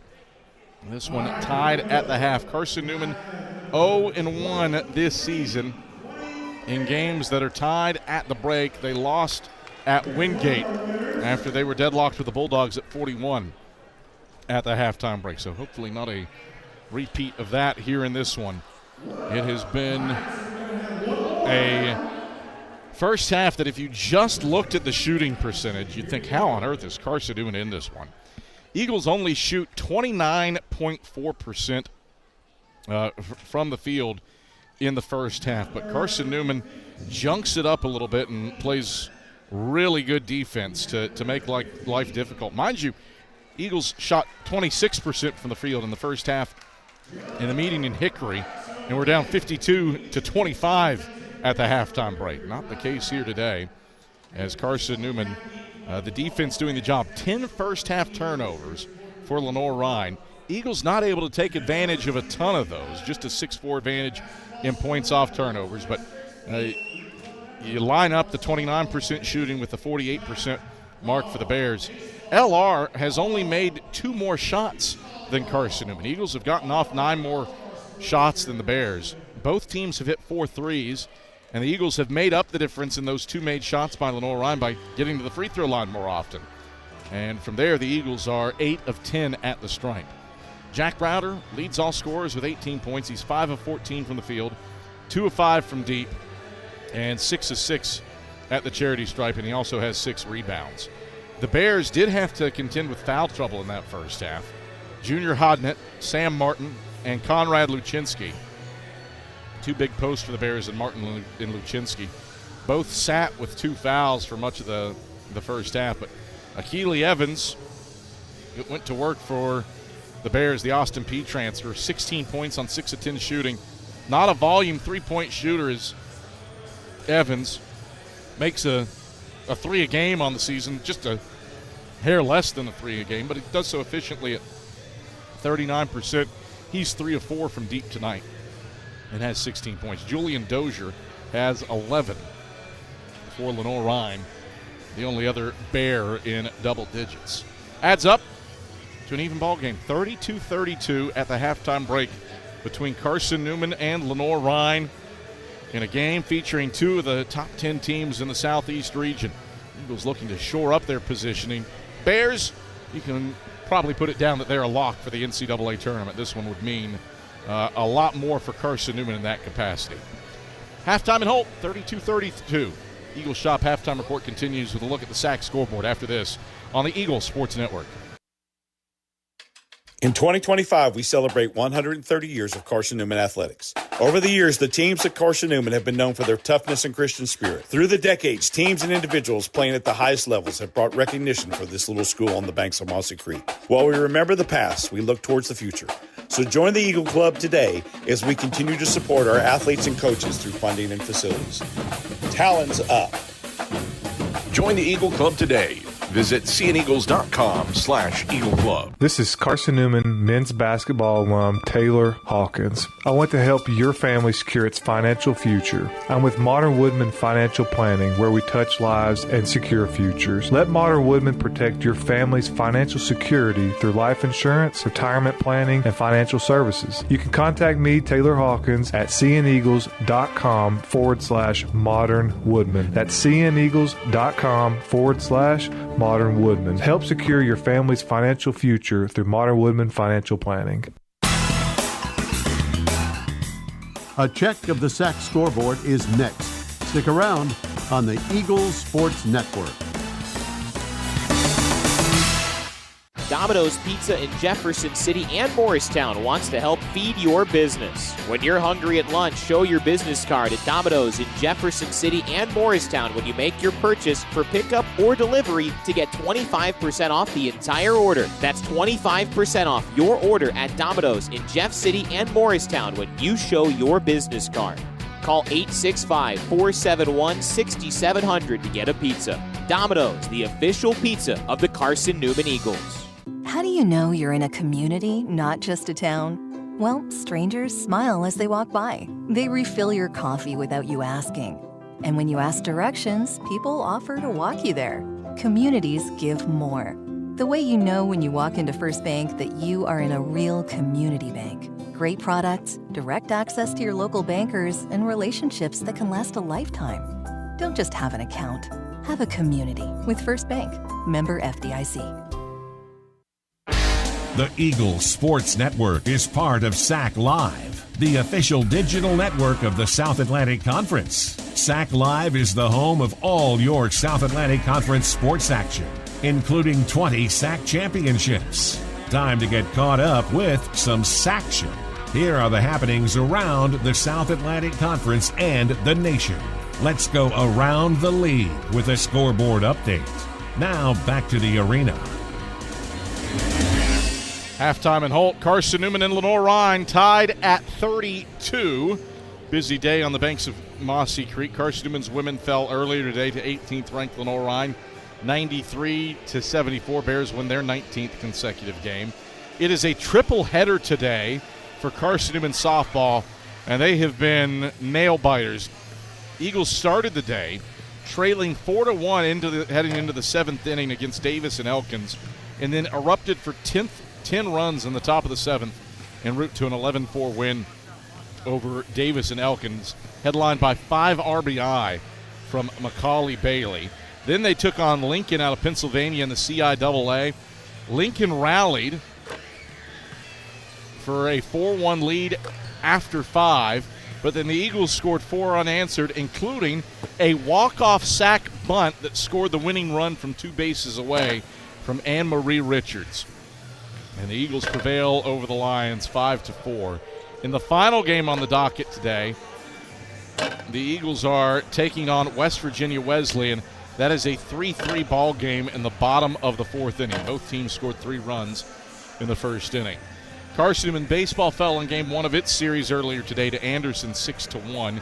Game 2 just getting underway for the Eagles baseball team at the Electric City. On the hoops hardwood, Lincoln Memorial is doubling up Newberry at the half, 61-30. Rail Splitters have put it on the Wolves. Just outrageous shot making from Lincoln Memorial. 77% from the field, 11 of 13. That's 85% from beyond the arc for LMU, who's got 15 points from Jaden Spearman. Catawba is at UVA Wise, and the Indians have a 40-29 lead on the Highland Cavaliers. The Indians keep Wise without points over the final 3:11 of the first half and close the first half on an 8-0 run. Ibra Athey has 11 points to lead the Indians. If Carson-Newman were to win, Catawba were to win, and LMU were to win, the Eagles would be the 5 seed playing the Rail Splitters in the opening round of the SAC tournament. Wingate is at Mars Hill. Halftime at that one, it's a 42-35 lead for the Bulldogs. Wingate shooting 50% from the field and 8 of 14, 57% from beyond the arc. Riley Bergen has 9 points to lead Wingate in scoring. Anderson's on the road at Tusculum. Trojans a 55-41 lead with 13:48 to play in the second half. Anderson is the outright SAC champion. And then Coker is on the road at Emory and Henry. UNH needs a win to hold on to the 7 seed for the league tournament. They're up 55-46, midway point of the second half over at the King Center. Here in Holt, 32-32, Eagles and Bears deadlocked. Back after this on the Eagles Sports Network. There's new fresh ideas on campus. From Chick-fil-A to Maples Coffee to Sabarijos, Fresh Ideas has tons of high-quality dining options for whatever taste you may need. Sabarijos is open Monday through Friday for lunch and dinner in the Health Sciences Building. Sabarijos features all your Mexican favorites, from burritos to nachos to quesadillas to tacos to anything you can think of in a tortilla. Follow Fresh Ideas on Instagram at Carson-Newman Dining. Hey Eagle fans, check out the Eagle Shop, the official store of the Carson-Newman Eagles. Located in the MSAC Grand Hall, the Eagle Shop has all your Carson-Newman apparel, from brands like Nike, Columbia, and Comfort Colors. The Eagle Shop has all your gifts, gear, and accessories. Can't make it in person? Visit eagleshop.cn.edu. That's eagleshop.cn.edu for all your Carson-Newman clothing needs. This is Carson-Newman basketball. Goes top of the key. Pull up 3 on the way. Got it! Charlie Clark dialing long distance with impunity. On the Eagles Sports Network. Tri-Light is proud to support Carson-Newman Athletics. We salute the student athletes who are working hard to make great things happen on the field, in the classroom, and in the world. It takes vision, commitment, and teamwork, qualities we share at Tri-Light. Our mission is to provide life-changing opportunities by building a world-class fiber broadband network. If you'd like to learn more, please visit trilight.net or call us at 833-847-0824. Every day brings new challenges, and those challenges look different for everyone. But no matter what each day looks like, your local energy co-op is here to power every moment. Whether it's at home, in the office, or on the field, AEC is committed to bringing you safe, affordable, and reliable power to get you through the day. We are your local electric co-op, and we are here for you. AEC, empowering every day.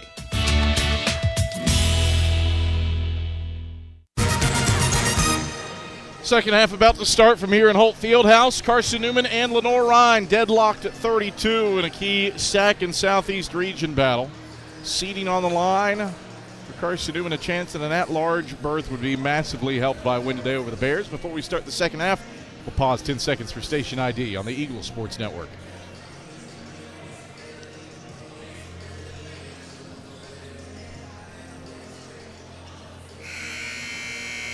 Adam Cavalier, happy to have you courtside here at Holt Fieldhouse. Skip Roberts run the show back inside of network control.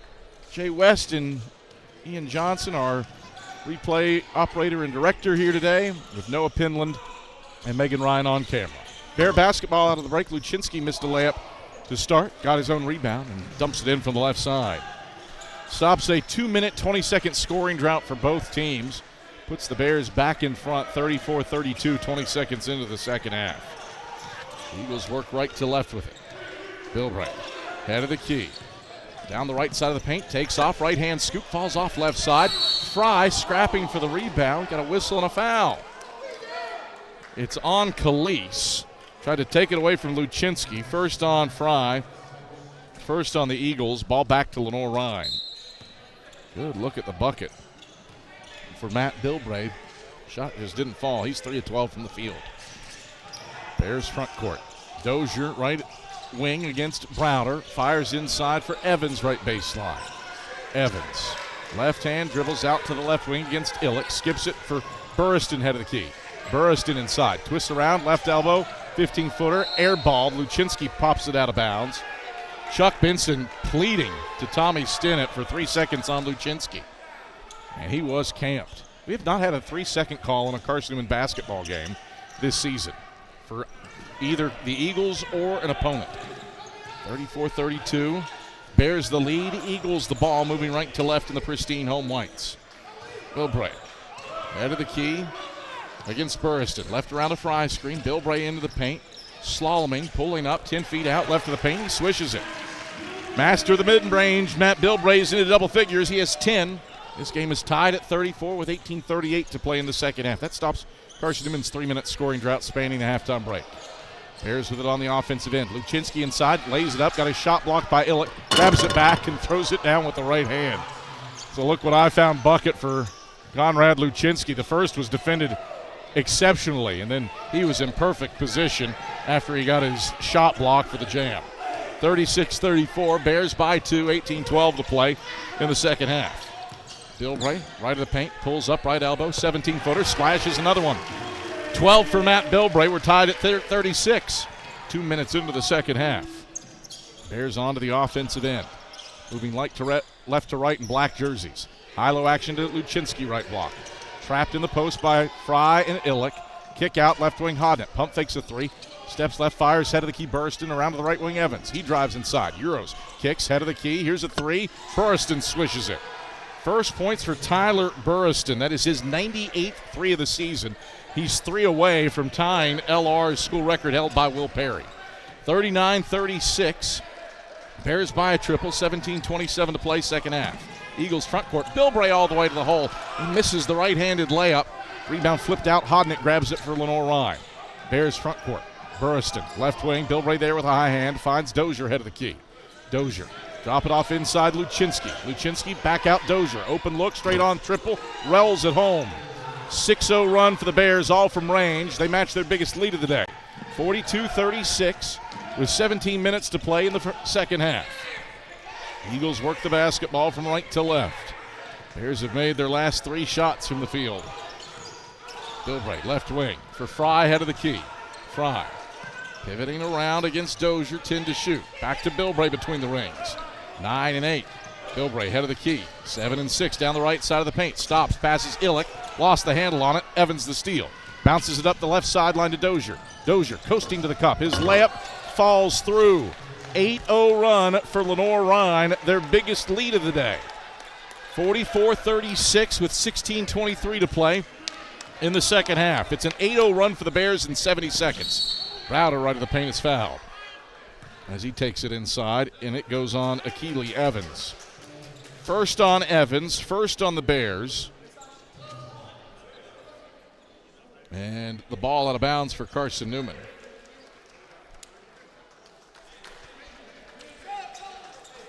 Luczynski's out. Kimball's in for Lenoir-Rhyne.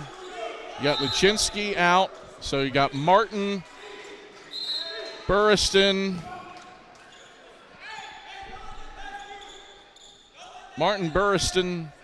Savage, Kimball, and Evans for the Bears.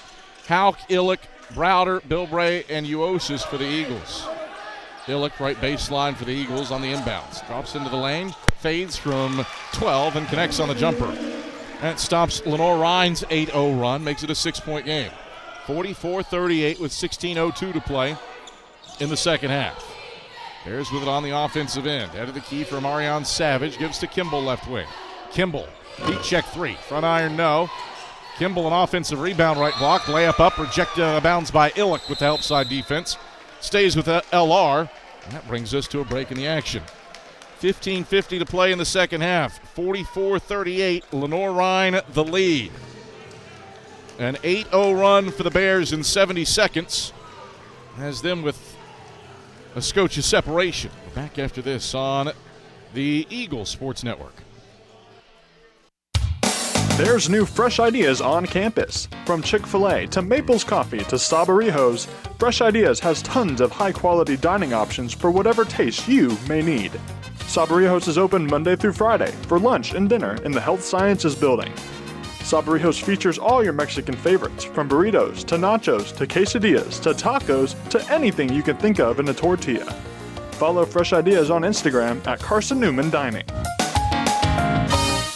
This is Carson-Newman men's basketball alum Taylor Hawkins. I want to help your family secure its financial future. I'm with Modern Woodman Financial Planning, where we touch lives and secure futures. Let Modern Woodman protect your family's financial security through life insurance, retirement planning, and financial services. You can contact me, Taylor Hawkins, at cneagles.com/Modern Woodman. That's cneagles.com/Modern Woodman. Help secure your family's financial future through Modern Woodman Financial Planning. Bears inbound at the free throw line to Sam Martin. He drops it off inside to Kimball, whose bunny won't fall, but a whistle and a foul on Braden Illick. So that is a second personal on Illick, a second team foul on the Eagles, and 2 free throws result for Blesson Kimball. 44-38, Bears by 6. They've trailed a handful of times by 1 in this one. An 8-0 run for the Bears here early in the second half has given them the biggest lead of the day. Sits at 6 right now, and Kimball's first free throw is off the mark to the right. Best Kimball can do is give the Bears a 7-point lead. They've led by as many as 8. Kimball swishes the free throw. It's a 7-point game. 45-38, Lenoir-Rhyne with 15:45 to play in the second half. Eagle basketball with Bilbray running the point. Picked up by Evans as he crosses the timeline. Bounces to Uosis right wing. Gives off Browder, right corner for a catch 3. Browder missed it short off the right iron. Evans elevates for his 8th rebound. Bears are +6 on the glass after halftime. It's been a big reason for their rally. Evans, left wing. Drops it off for Kimball in the keyhole. Muscles inside on Uosis. Left hand flip up. Won't go. That was a wild shot. Uosis collapses inside for the rebound. And the Eagles bring it right to left, down by 7. Bilbray fouled at the timeline by Sam Martin, who came out aggressively to defend him. Third on Martin, second on the Bears. Shot clock at 22. And the ball out of bounds for the Eagles. First Bank is the official bank of Carson-Newman Athletics and the only place you can get a Carson-Newman Eagles debit card. Stop by any First Bank location to get your Carson-Newman debit card and show your Eagles pride. Houck inbounds to Bilbray between the rings. One left-hand drill, chest pass, Browder left baseline. Muscles in on Kimball, right-hand leaner, won't fall. Browder and Luczynski scrapping for the rebound. It's won by the 7-footer Luczynski. And the Bears sprint left to right. Bears out-rebounding the Eagles 8-2 to start the second half. Savage on the right block for LR. Looking to extend a 7-point lead. Savage peels out to the right wing. Dumps into the high post, Luczynski. Luczynski bounce it inside Kimball. Twist left on Illick, got fouled. Missed the bunny, but will head to the line after Braden Illick collects his third personal and the team's third. So more free throws for Blesson Kimball. This was a 32-32 game at the break. Lenoir-Rhyne has come out of the second half and outscored the Eagles 13-6. The bulk of that on an 8-0 run. Kimball, first free throw, shot puts it off the back of the 10, no good. Bears 5 for 10 at the stripe as a team. Kimball, a 67% shooter here in his senior season. The New Mexico Highlands transfer, a 65% shooter for his career. His 320th career free throw is on the way, and it is no good off the back of the rim. Houck elevates for his first rebound. And the Eagles move right to left, down by 7. Houck on top of the jump circle, switches it right wing for Bilbray. Screen and roll to Fry, coasting inside. He throws it down with the right hand. Bears brought 2 to the ball to defend Bilbray. He bounces it for Fry for his first assist. Fry throws it down and has 6 points. 45-40, Eagles down 5. Luczynski beating and banging inside. He turns right and hits the right-hand flip over Illick. 10 for Luczynski, back to a 7-point Lenoir-Rhyne lead. 47-40, 13:58 to go in the second half. Bounce comes to Matt Bilbray. Bears defended full court before giving back once the inbounds came in. Browder over the timeline, slaloms inside, past Luczynski to the hole for a right-hand layup. 47-42, Eagles down 5. Browder has 20. 13:30 to play in the second half. Luczynski trapped on the left block, passes out of it to the right wing Savage. Savage slips Evans head of the key. Catch 3 straight on, he swishes it. Akili Evans is 4 of 6 from deep. He has 19 points, and the Bears match their biggest lead of the day at 8. 50-42 with 13:13 to play in the second half. Eagles with it front court. Bilbray, left point, pulls from deep. Bang, bang! Matt Bilbray drills a 3.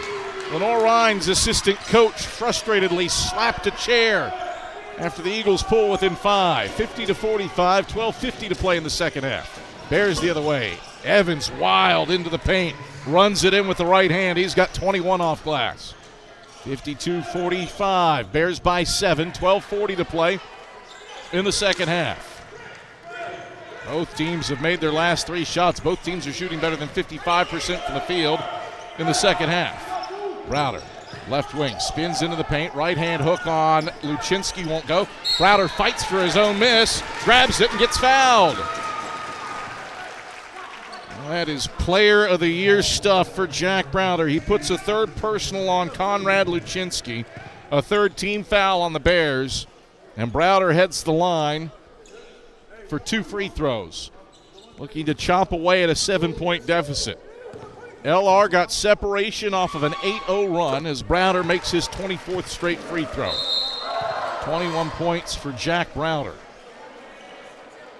54th career 20-point night for Old Junkyard.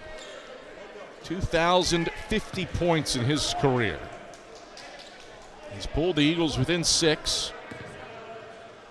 And has one more free throw to make it a 5-point game. Browder lines it up, knocks it down, he swishes it. 52-47. Eagles down 5 with 12:20 to play in the second half. LR onto the offensive end. Right corner. It's in Burriston's hands. Skips it to the head of the key. Savage around to the left wing. Hodnett.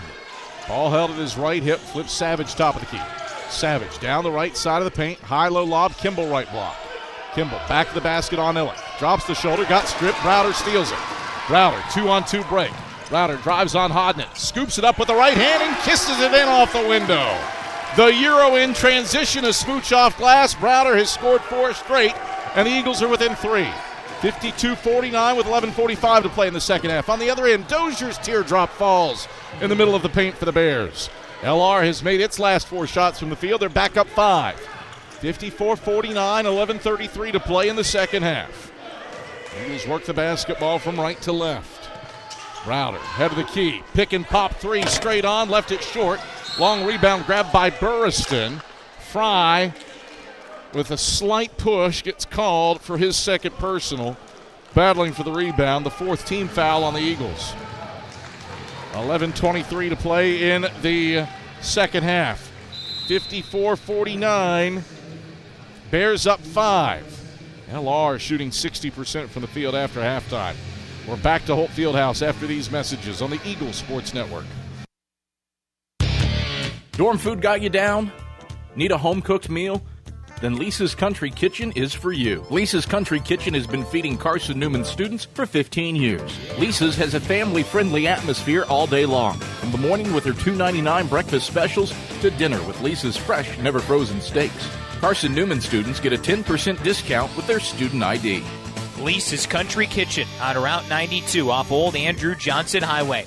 The best food for the best prices. Serving East Tennessee for 40 years, Magaha Electric is the perfect choice for all your electrical projects. Magaha Electric specializes in commercial, retail, manufacturing, residential, and industrial contracting needs. Magaha Electric can provide superior service, technical know-how, and realistic budgeting for any size project in a timely, cost-effective manner. Visit MagahaElectric.com for all your electrical contracting needs. Magaha Electric, your East Tennessee electrical contracting source. 11:23 to play in the second half. 54-49. Lenoir-Rhyne leads Carson-Newman by 5. Teams were tied at the break. LR got some early separation with an 8-0 run. And Carson-Newman has slowly but surely tried to chip away at this deficit. Both teams shooting the ball well after halftime. Bears at 60%, and they've made their last 4 shots from the field. Savage out to Dozier, head of the key. Dozier inside. Layup up. Fry blocked it clean. Dozier fouled on the landing. That one nonpluses the whole Fieldhouse crowd. It's Fry's 3rd, the Eagles' 5th, and 2 free throws for Julian Dozier. Mops are out to take care of the perspiration on the floor from where Dozier hit the deck. Modern Woodman Financial Planning, touching lives and securing futures. Let Modern Woodman protect your family's financial security through life insurance, retirement planning, and financial services. Contact men's basketball alum Taylor Hawkins at seeingeagles.com/modernwoodman to help secure your family's financial future. Dozier's first free throw, he swishes it in. Bears 6 of 12 from the stripe as a team. Dozier's made all 3 of his. He's put the Bears up 6, looking to extend it back to a 7-point game. Lines it up. Toilet bowls out left side. Houck the rebound on the left baseline. And Carson-Newman will work it right to left, down by 6. Houck on the left wing. Looks high-low to Browder. Dumps it to him. He's defended by Martin. Browder backs him down, ducks the shoulder. Left-hand scoop. Rotated into Kimball, who was off his feet and gets fouled. Blesson Kimball charged with his first personal. The 4th on the Bears. It was good anticipation by Kimball, but too good of anticipation as he was at the peak of his leap as Browder spun left to go for the lay. First free throw for Jack Browder is in. Why am I laughing? It's because Chuck Benson's youngest son, Cooper Benson, just delivered me 2 cupcakes. Can't eat them right now, but I'll take them. 2 for 2 trip for Browder. He's got 26. Eagles down 4, 55-51 with 10:45 to go in the second half. Bears with it front court. Hodnett out to the head of the key for Savage. Back to the left point. Burriston around to Dozier left wing. Dozier. Chest pass up top, Savage. Savage drives on Browder. Stops, pivots, 7 to shoot. Out to the right corner, Burriston. Hand in his face, tries a triple. Back iron, no. Illick boxes out Kimball for the rebound on the left block. And the Eagles move right to left with it, down by 4. Bilbray, right wing with the ball, with 10-12 to go in the second half. A win would be crucial for the Eagles' at-large chances for the NCAA tournament. Houck, skip it, left corner, Browder, baseline drive to the cup. Browder hangs, lays, no, whistle, foul. Does it come on the first shot? Browder grabbed his own miss and laid it in. It does come on the first shot. It is a second personal on Julian Dozier, a 5th team foul on the Bears, and 2 free throws for Jack Browder. He had 46 Wednesday night against Mars Hill. He has 26 tonight. Make it 27 as he swishes home the first free throw. So averaging 37 for the week. Might be a bid at National Player of the Week for Browder. He's pulled the Eagles within 3. Looking for one more. And he makes it. 55-53, Eagles down a pair after they trailed by 8 early in the second half. 9:57 to go in the second stanza. Bears front court, Luczynski on the left block. Backs down, Illick turns, right hand hook, muscles it in. Tough take for Conrad Luczynski. He has 12. It's a 57-53 lead for the Bears with 9:41 to play in the second half. Lenoir has made 5 of its last 6 shots from the field. Bilbray head of the key, 3. Bending, front side, no good. Fry lost the rebound out of bounds on the left baseline. It's back to LR. Stick around after the game for the Domino's post-game report. That's where we select the premier player of the game. Excellence doesn't happen by accident. The premier team delivers service with pride. 57-53, Bears up by 4, shooting 59% from the field after halftime. Luczynski on the left block. Faces the basket. Dumps inside Kimball, lost his defender, missed the layup. Browder pokes the rebound free to Fry. That was a gimme for Blesson Kimball. He couldn't get it to fall. Eagles grab the miss and work right to left with it. Browder, left point, slaloms inside on Kimball, stops, ducks the shoulder, shoots through 2, missed it. Fry, a tap, no. Rebound loose inside, last touched by Lenoir-Rhyne. It stays with Carson-Newman. Brent Owen puts his hands up and says you got to catch the ball. 2 Bears were there. They couldn't corral it. The Eagles get a second crack. Houck on the right baseline. Lobs it into the backcourt. Jack Browder will run it down and get it front court for Carson-Newman. Eagles haven't made a shot from the field in 3 minutes, but they have gotten to the free throw line. Browder, head of the key, stumbles on Kimball. Browder has the ball. He's on his belly. Jump ball, possession arrow goes to Carson-Newman. Kimball was quick to tie him up. 8:47 to go in the second half. 57-53. Lenoir-Rhyne the lead. Eagles looking to get it back to a single possession. Play deep in the shot clock here. 7-6. Bilbray left point. Finds Fry right elbow. Back to Bilbray right wing. Fading from 3. Airballed it. Rebound by Fry. But he's twisting and turning. Can't get the shot off in time before a shot clock violation. Ball back to the Bears. LR looks to extend a 4-point lead. LR high-low lob to Luczynski left block. Trapped by Houck and Illick in the post. Luczynski's tied up. Jump ball keeps it with Lenoir-Rhyne. Holt Fieldhouse appreciates the hustle of Illick and Fry, trapping Luczynski on the left block. And the Bears will have the ball out of bounds. Evans to inbound left baseline. Gets it into Kimball right block. Kimball pumps, muscles in, got blocked from behind by Fry. It's out of bounds. Last touched by Kimball, they say. Official underneath the basket, Tommy Stinnett said Kimball touched it. Samantha Galloway from the perimeter says it might be off of Fry, but Stinnett says no, he guided it out. What an effort by Khalees Fry. 57-53, Eagles down 4 with 8:21 to play in the second half. High leverage basketball game that feels like it's March. Browder with 28 points has the ball on the right point. Left around a Fry screen. Euros to the hole. Right-hand layup. He's fouled by Luczynski. That is a 4th personal on Conrad Luczynski. A 6th team foul on the Bears. More free throws for Jack Browder.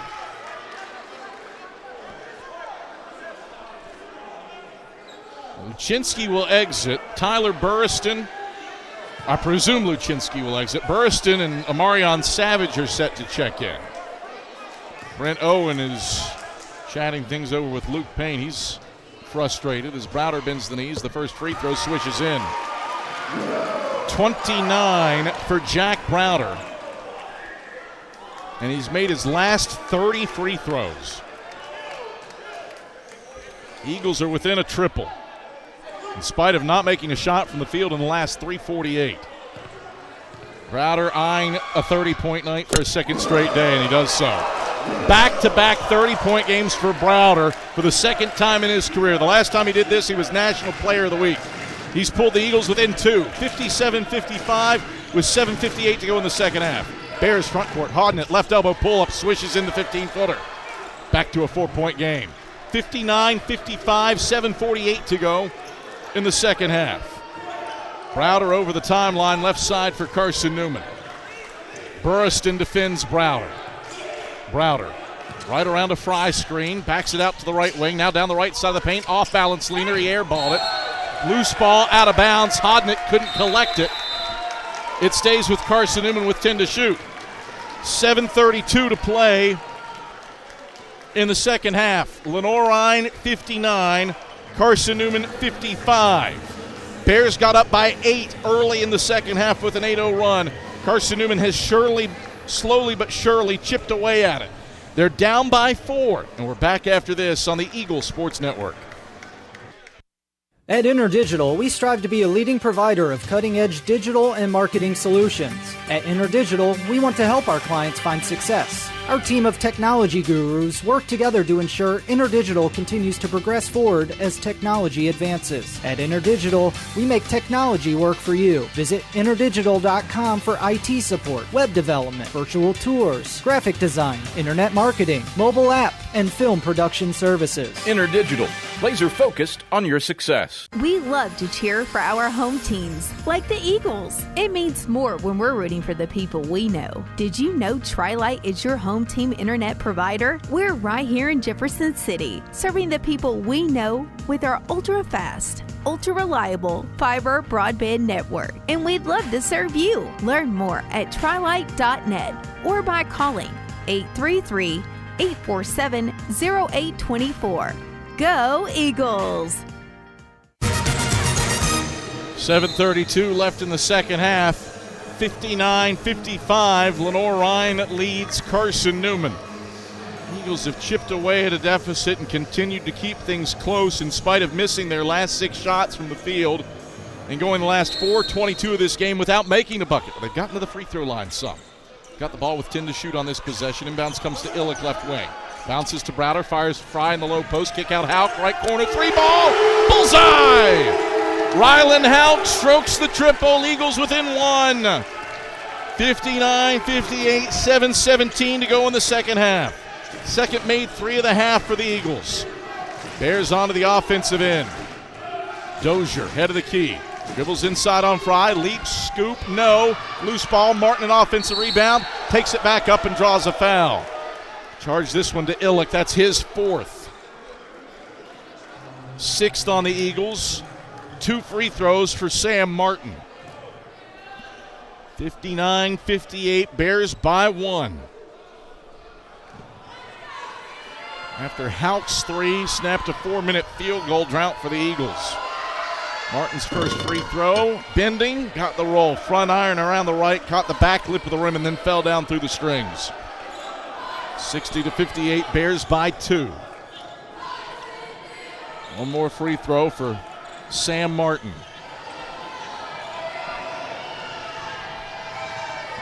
Martin bends the knees, second one's up and through all strings. 3 points for Martin, 61-58, Bears by 3. 7:01 to play in the second half. Fry over the timeline, center court, gives off to Rylan Howe. Swing it left wing, Matt Bilbright. Thurston switches to him, lobs to Browder left block. He's doubled. Browder leaps, kick out, Howe, right corner, catch three to tie. No. Whistle foul, tussling for the rebound, Browder and Savage. It's on Savage. First personal on Savage, 7th team foul on the Bears. 1-1 for Jack Browder. 6:42 to play in the second half. Eagles down by 3. Ivers Uosa set to check in. He replaces Illick with his 4 fouls.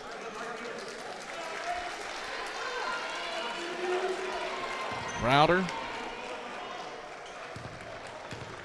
bends the knees, front end of the 1-1, barely moves the strings. 31 for Jack Browder. Eagles down 2. 46 points for Browder on Wednesday, 31 tonight against the region's number 2 team. And he got the roll on the second for his 16th straight made free throw this game, his 33rd overall. Eagles down 1 with 6:33 to play in the second half.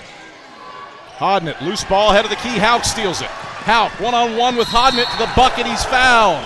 And Hodnett takes out all the stanchions into the Eagle Club area. Well, that's scary for everybody.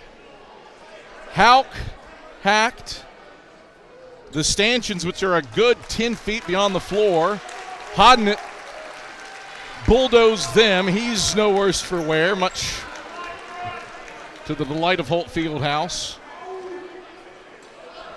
And Hodnett is indeed charged with his 3rd personal, the team's 8th. Houck was in the act of shooting, so he has a chance to give the Eagles the lead at the line with 2. Houck. Couple dribbles, bends the knees to tie. He does, all strings. Keely Evans enters, replacing Junior Hodnett. Hodnett, no hitch in his giddy-up as he exits the floor.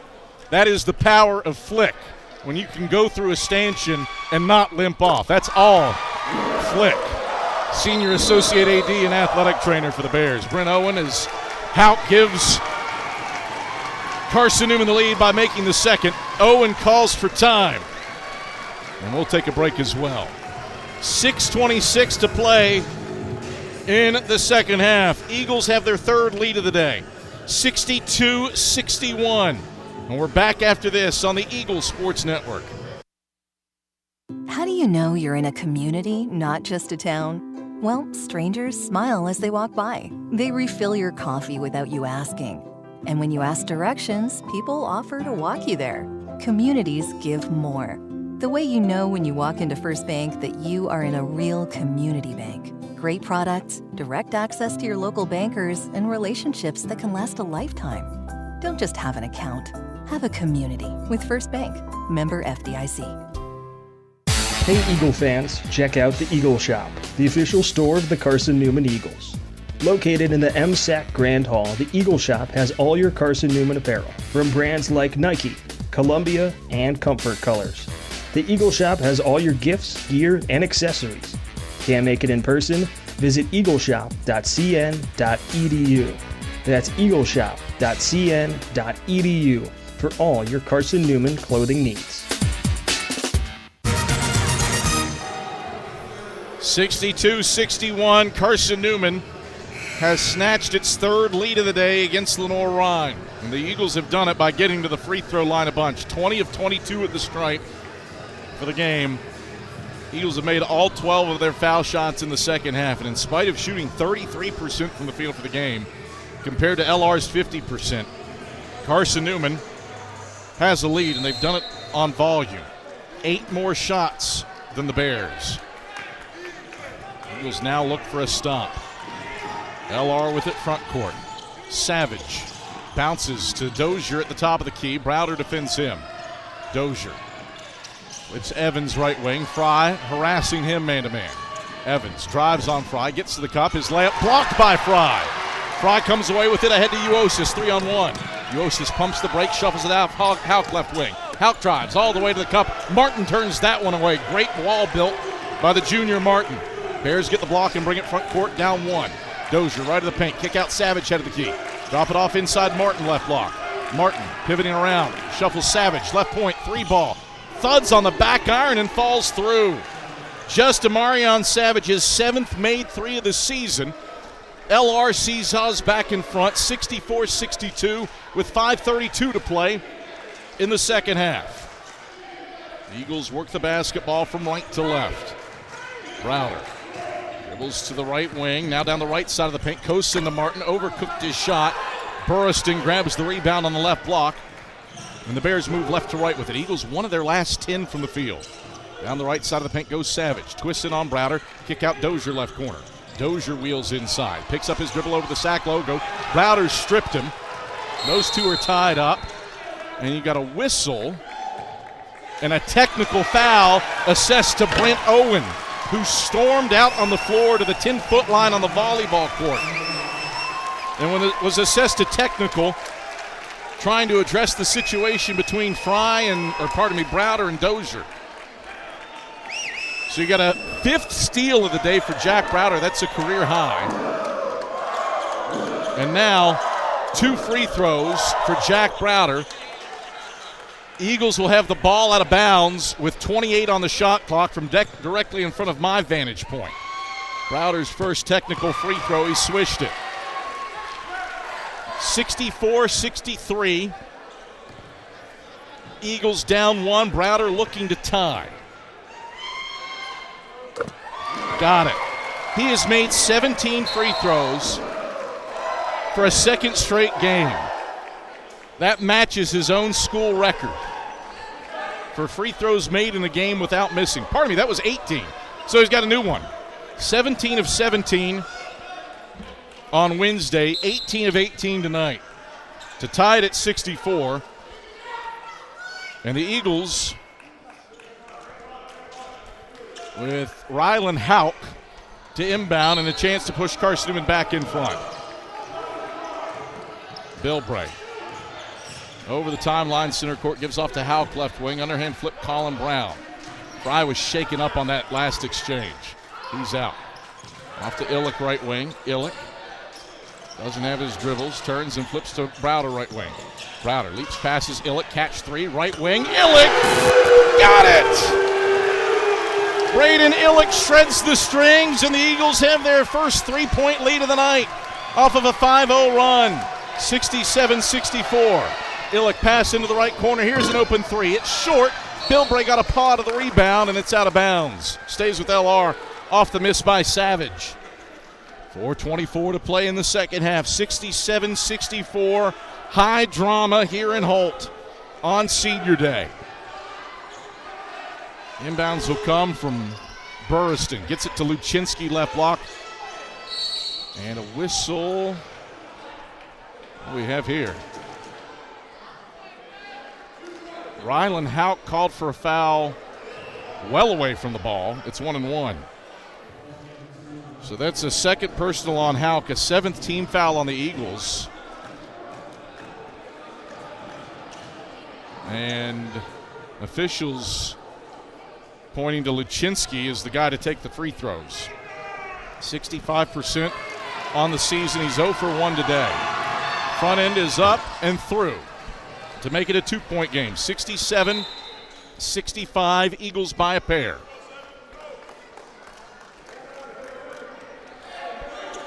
One more free throw for Luczynski, trying to get within 1. Lines it up, missed it long off the heel. Browder chases down his 9th rebound left of the lane. And the Eagles move right to left with it with a 2-point lead, 4:10 to go in the second half. Fry, left wing, fakes the handoff to Browder. Now chest pass, Browder head of the key. Browder, left around to Fry's screen. Skip it, right corner, Illick, catch 3 on the way, left it short. Browder and Savage battling for the rebound. You got a jump ball, and it stays with Carson-Newman. Oh!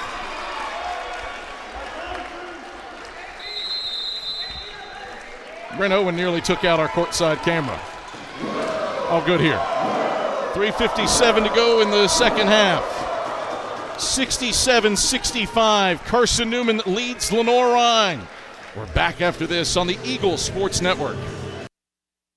Domino's Pizza in Jefferson City and Morristown wants to help feed your business. When you're hungry at lunch, show your business card at Domino's in Jefferson City and Morristown when you make your purchase for pickup or delivery to get 25% off the entire order. That's 25% off your order at Domino's in Jeff City and Morristown when you show your business card. Call 865-471-6700 to get a pizza. Domino's, the official pizza of the Carson-Newman Eagles. My favorite thing about my community? The safety, the reliability, the people. We rely on each other, and we rely on local electric co-op. It's not just about electricity. It's about empowering community, empowering moments, empowering safety, empowering togetherness, empowering knowledge. That's why when I need something, I rely on my co-op. I trust my co-op because the co-op is us. We are the co-op. AEC, member-owned and service-driven.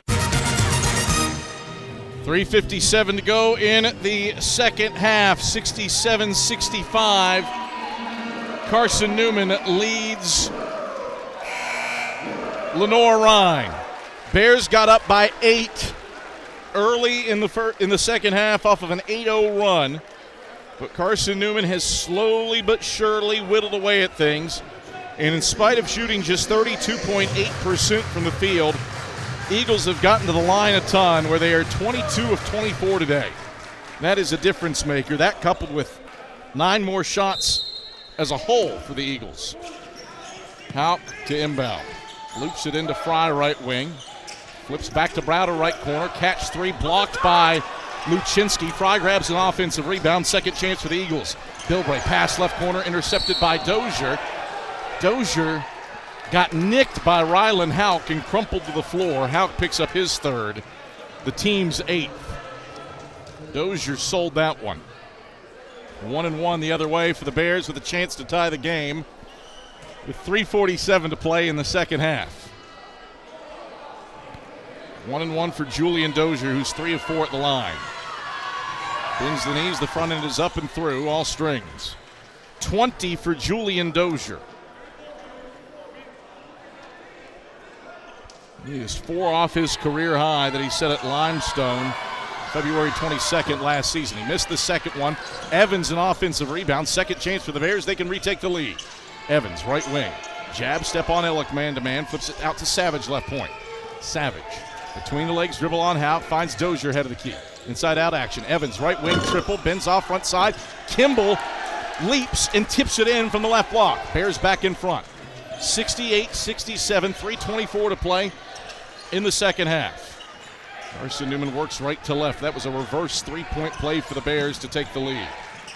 Fry, right wing, out to Houck between the rings. Dump it into the high post. Illick, left elbow. Illick, bounce feed inside. Browder, left block. 2 to the ball on him. Browder spins right. Baseball pass to Fry, right block. He catches and lays. 8 for Fry. That's Browder's second assist. Eagles back in front. 69-68, 2:55 to play in the second half. Bears front court. Burriston in the right corner. Left hand dribbles out to the right wing. Bounce it to Kimball, right block. Kimball backs down Illick, turns left. Left hand scoop, rattles home. Blessing Kimball has scored 4 in the last 2 possessions for the Bears. He has 5 for the game, and they're back in front, 70-69 with 2:33 to play in the second half. Eagles front court. Bilbray, left wing with the basketball. Drives left on Burriston. Spins, kicks, Illick, right wing, catch 3, long, Fry an offensive board. Fry takes it inside, reverse layup, missed it, loose inside, out of bounds, off of Evans. Evans says, review it. Let's see if Brent Owen decides to review it. And Owen says, yes, he would like to review it.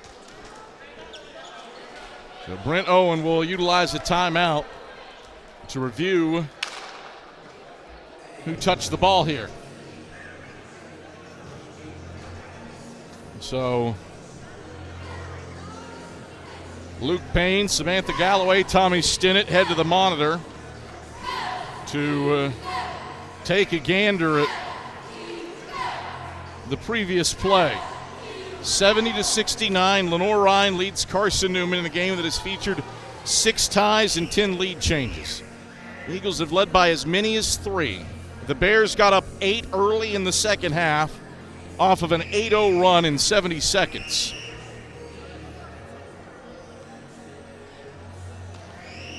And so now, call stands, Carson-Newman ball. LR loses a timeout.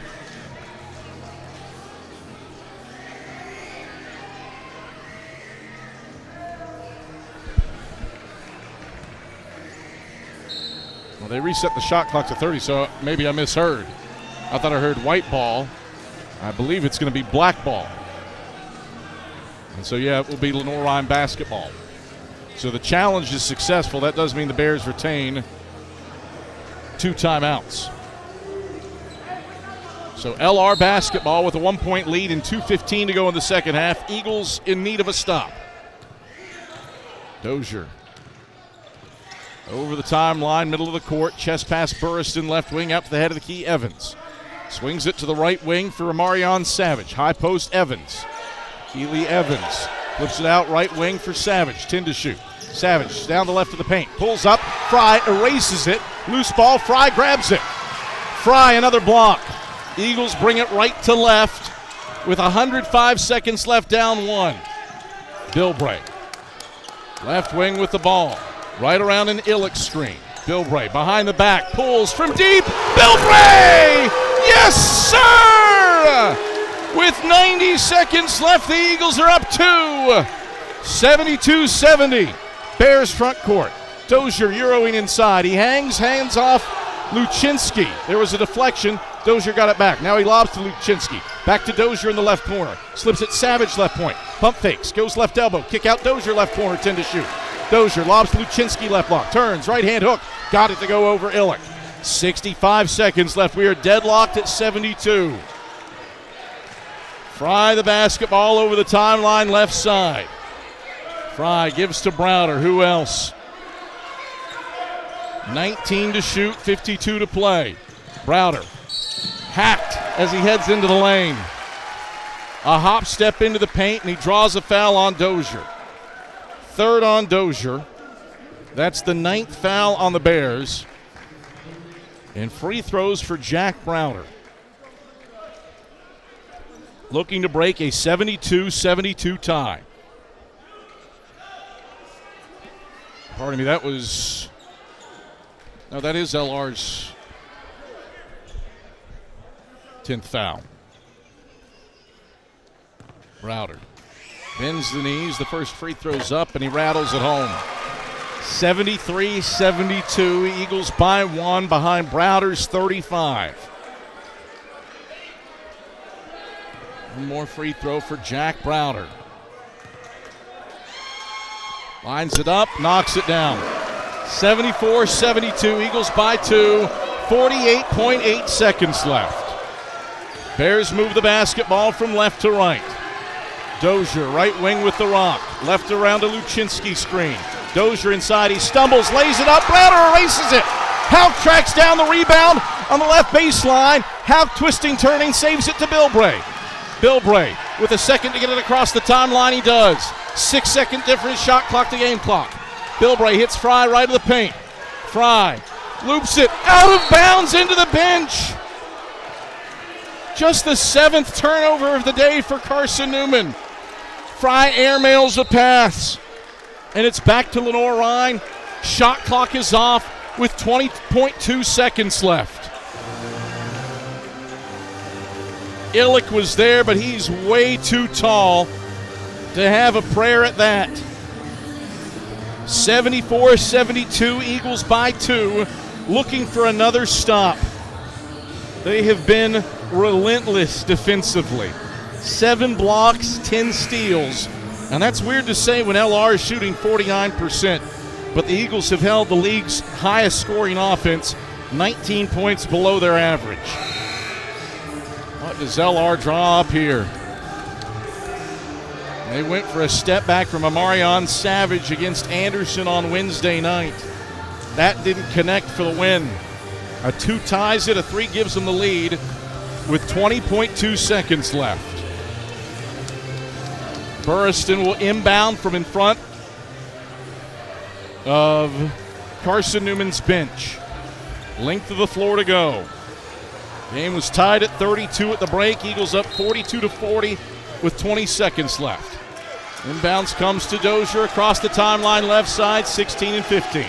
Dozier spins left to the lane, picks up his dribble at the free throw line, feeds Hodnett. Hodnett slips back to Dozier, head of the key, 8 and 7. Dozier slips inside, Luczynski, he leans in and connects over Houck. 74-74 with 4.2 seconds left. 17 points for Conrad Luczynski. It is all square with 4.2 seconds left. Lenoir-Rhyne utilizes its final timeout. A full timeout. 4.2 seconds left. Carson-Newman will be able to run the run along the baseline on the inbounds. Does Carson-Newman have a game-winning bucket here in the offing? Jack Browder with 36 points. 4.2 seconds left in a 74-74 ball game. Eagles looking for some last-second magic. This was a blowout in LR's favor in the meeting in Hickory.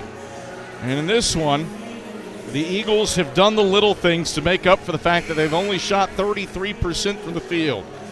They've gotten to the free throw line a ton. They've out-rebounded Lenoir-Rhyne by 3. And they are +6 in turnover margin. Does Carson-Newman have a game-winning bucket in it? Holt Fieldhouse is on its feet. Bears are out of timeouts. Eagles have 2 30s and a full left. Houck can run the baseline. Savage will defend the inbounder. Houck looks, triggers into Browder. Browder up the right sideline to the right wing. Right side of the paint, pulls up, fading! It rattles out right side, no good. Jack Browder, nearly the hero on a tough fadeaway right baseline jumper with .5 on the clock. But it caroms off right side. And this game is headed for overtime. 40 minutes, not enough between Carson-Newman and LR. We're back to Holt after this on the Eagles Sports Network. Domino's Pizza in Jefferson City and Morristown wants to help feed your business. When you're hungry at lunch, show your business card at Domino's in Jefferson City and Morristown when you make your purchase for pickup or delivery to get 25% off the entire order. That's 25% off your order at Domino's in Jeff City and Morristown when you show your business card. Call 865-471-6700 to get a pizza. Domino's, the official pizza of the Carson-Newman Eagles. My favorite thing about my community? The safety, the reliability, the people. We rely on each other, and we rely on local electric co-op. It's not just about electricity. It's about empowering community, empowering moments, empowering safety, empowering togetherness, empowering knowledge. That's why when I need something, I rely on my co-op. I trust my co-op because the co-op is us. We are the co-op. AEC, member-owned and service-driven. Overtime here in Holt Fieldhouse.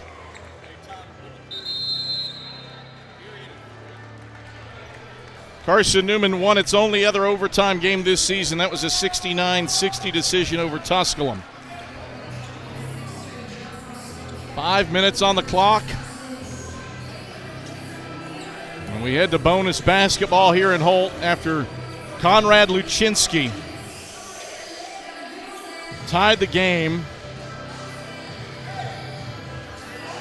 with 4.2 seconds left. Illick versus Luczynski for the jump. Luke Payne has put the ball in the air, and Illick wins the tap. Carson-Newman controls, and the pristine home whites moving right to left to open up the bonus session. Browder, right point, hands off to Houck between the rings. Houck right around a Fry screen, feeds Bilbray on the right wing. Back-to-back games for LR and OT, mind you. Bilbray, left elbow, jumper, no good. Fry tipped the rebound up. It's loose and taken by Burriston underneath the basket for the Bears. LR moves it left to right, looking to break this 74 all-time. Dozier lobs to Luczynski, right block. Turns right into Illick, muscles up a shot. He missed it. Got his own miss. Leans to the left block and connects off the window. 19 for Conrad Luczynski. Bears by 2, 76-74 with 4:14 to go in overtime. Bilbray, left around the Fry screen, down the left side of the lane, leaps and passes Illick right wing. He measures a triple. Illick buries it. Braden Illick swishes in a three. He's got 10, the third Eagle into double figures. It's a 77-76 lead for the Eagles with 3:53 left in overtime. 8 ties, 13 lead changes in an all-time classic. Bears with it front court. Hodnett, high-low to Luczynski, left block. Back to the basket on Illick. Luczynski backs him down. Browder traps him. Browder deflects it loose, but is whistled for a foul. That is the third personal on Browder, the 9th team foul on the Eagles. It'll be 1-1 for Conrad Luczynski. Luczynski to shoot 1-1. Bends the knees, the front end is on the way, and through all strings. 20 points for Conrad Luczynski for the first time in ever for Carson-Newman men's basketball. An opponent, 11 years since Brevard had it, has 3 players in 20 points. Dozier, Evans, and Luczynski all with 20. Second one's in for Luczynski. He has 21. Pushes LR back in front, 78-77 with 3:37 to play in OT. Browder will trigger in to Bilbray. Dozier defends him. Dozier sags off as Bilbray goes between the legs to bring it across the timeline with a second to spare. Eagles front court. Browder drives inside. Right hand to finish. Rattling. It falls. And one. Junkyard Jack. Second personal on Evans. 11th team foul on the Bears. An and one free throw for Browder. 38 for him. He's put Carson-Newman back in front, 79-78. Browder swishes it. A league record, 21 of 21 at the charity stripe. 80-78, Eagles by 2.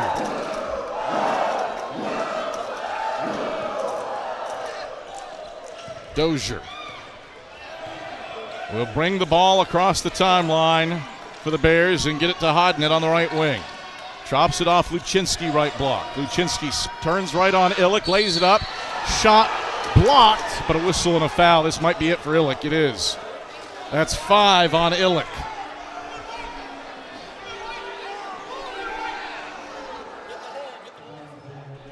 That's 5 on Illick.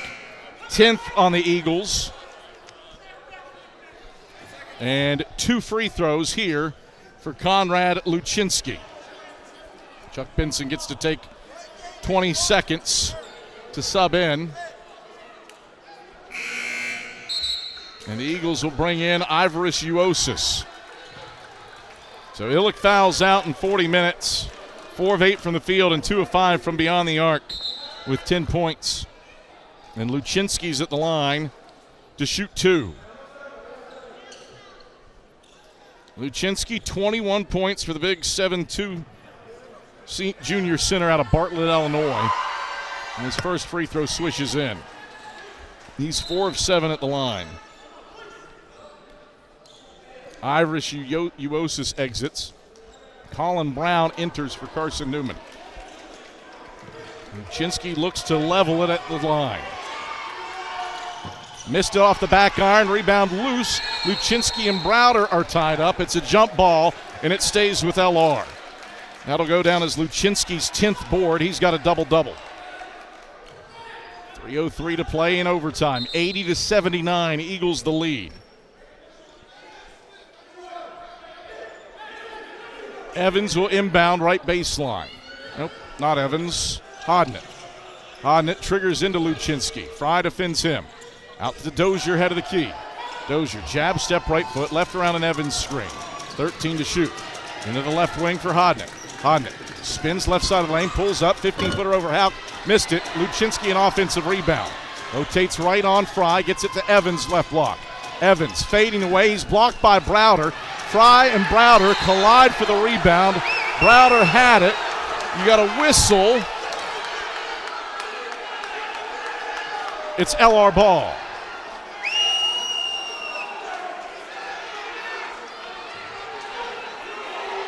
Not sure what the call was. If it was a walk or a jump ball, I was completely screened in. Well, it can't be a jump ball. It would be Carson-Newman ball. So Browder had to get called for a walk. Possession extends for Lenoir-Rhyne, down 1. Dozier, left block. Pulls on the left wing 3. Back iron, no. Burriston flips the rebound out of bounds into LR's bench. It's Carson-Newman ball. And after all that, the Eagles get the stop. 2:31 to play in overtime, 80-79. Carson-Newman the lead. Offense for defense subs for the Bears. Luczynski's out. He's on 4 fouls, mind you. Blesson Kimball's back in. 80-79. Eagles by 1 with 2:31 to play in OT. Carson-Newman looking for a 6th straight win. As Bilbray gets across the timeline left side. Bilbray. Left wing handles. Bilbray. Fry at the head of the key. Skip it right corner, Brown. Brown twirls around, backs it out to the right wing, extended by Dozier, dispossessed. It's going to go out of bounds. Last touched by Colin Brown, they say. LR ball. 9th turnover of the game for Carson-Newman. Ball back to the Bears, down 80-79 with 2:09 left in OT. Inbounds comes to Dozier. Dozier. Left wing handoff for Burriston. Gives off to Hodnett between the rings. Bounce it into the high post, Evans. Backdoor cut, Hodnett to the rim. Hodnett lays it in with 2 hands off the glass. LR retakes the lead, 81-80. Minute 51 left in overtime. 10 ties, 16 lead changes. 103 seconds left, Eagles down 1. Bilbray down the left side of the lane. Peels it out into the left corner against Burriston. Bilbray into the paint. Stops, right elbow, drops it off Fry. It's a reach, and that's it for Luczynski.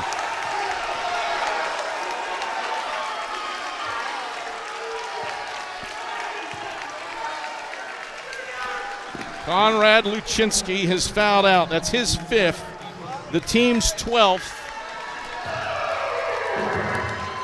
Brent Owen. And his team ahead by 1 has sent Khalees Fry to the line. So the 2 big men, Braden Illick for Carson-Newman, Conrad Luczynski for Lenoir-Rhyne, have fouled out. Luczynski finishes his day with a double-double, 22 points and 11 rebounds. 91 seconds left. Khalees Fry to the line. Looking to tie and give Carson-Newman back the lead. Fry. First free throw, rattles out right side. Carson-Newman's first miss from the line in the first half, since the first half. 27 of 28 at the stripe for the Eagles as a team. Second free throw for Khalees Fry. Pushes it up, swished it. Tie game at 81. 81-81 with 91 seconds left. Bears with the basketball. As Dozier brings it across the timeline, center court. Gives off to Evans. Bounce it into the high post. Burriston. Off to Dozier, left corner. Browder defends him. 15 to shoot. Over to Evans, left wing. Evans pump fakes a three. Right around a Hodnett screen. Down the right side of the lane. Floats it back to Hodnett, left point. 8 and 7. Hodnett down the right side of the lane on Houck. Fades from the right elbow. 15-footer. Swishes it. High difficulty for Junior Hodnett. He makes the mid-range jumper, and the Bears are up 83-81 with 55 seconds left in the first overtime session. Bilbray over the timeline, center court. Right hand dribbles, and Chuck Benson will utilize a timeout. 19 on the shot clock. 46.1 seconds left in overtime session number 1, pardon me. 83-81, Bears a 2-point lead in a wild one that has featured 16 ties and 11 lead changes. Or 11 ties, pardon me, and 16 lead changes. If you're talking combined lead ties and lead changes, this is tied as the 5th most back-and-forth game by a Chuck Benson coach team, and it has been dynamite. LR got up by 8 early in the second half, and the Eagles slowly but surely whittled away at the deficit. Had a lead late. LR tied the game after a Carson-Newman turnover on a Conrad Luczynski layup with 4.2 seconds left, and then Jack Browder's potential game-winning 15-foot fadeaway from the right baseline was halfway down and out. 39 for Jack Browder. Eagles down 2 with 46.1 seconds left. With pace, Carson-Newman can go 2 for 1. Houck, Bilbray, Fry, Browder, Uosis on the floor for Carson-Newman. Kimball, Evans, Dozier, Hodnett, and Savage for the Bears. Houck will inbound into the backcourt to Matt Bilbray. Bilbray walks it over the timeline, center court. 13 and 12 to shoot. Bilbray, 10 and 9. Bilbray trap, passes Fry left elbow, leaps and hits Houck right corner. Pump fakes a 3, 5 and 4. Houck for Browder right corner. He fires a triple. Front of the 10, no good. Fry an offensive rebound. For Bilbray left wing, his three's off the mark. Uosis grabs the miss. One dribble. He twists, turns, pass to Houck. Off the mark, it's out of bounds. LR basketball with 19.1 seconds left. Timeout, Chuck Benson. It was a scramble. Eagles with multiple opportunities. Got off a couple good looks from deep. Didn't fall down, and now Carson-Newman will have to foul and rely on Lenoir-Rhyne to miss some free throws. 19.1 seconds left in overtime. Lenoir-Rhyne 83, Carson-Newman 81. A couple late turnovers at the tail end of things. Fry's pass over the bench when Carson-Newman was up 2 with the basketball in the final 20 seconds looms awfully large. And this one, an off-target pass from Ivoris Uosis out of a trap and a double team off of a rebound, looming awfully large. And the Eagles somehow pull this one out of the fire in overtime.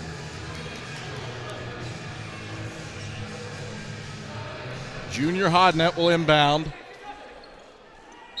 from in front of the Carson-Newman bench. Gets it into Dozier. Jack Browder races and tugs Dozier's jersey from behind. And that is the 4th personal on Jack Browder. The 11th team foul on the Eagles. 2 free throws for Julian Dozier.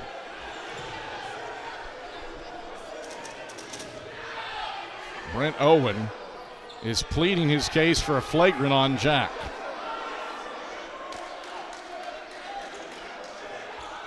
Dozier got past Browder. Browder tugged his jersey from behind.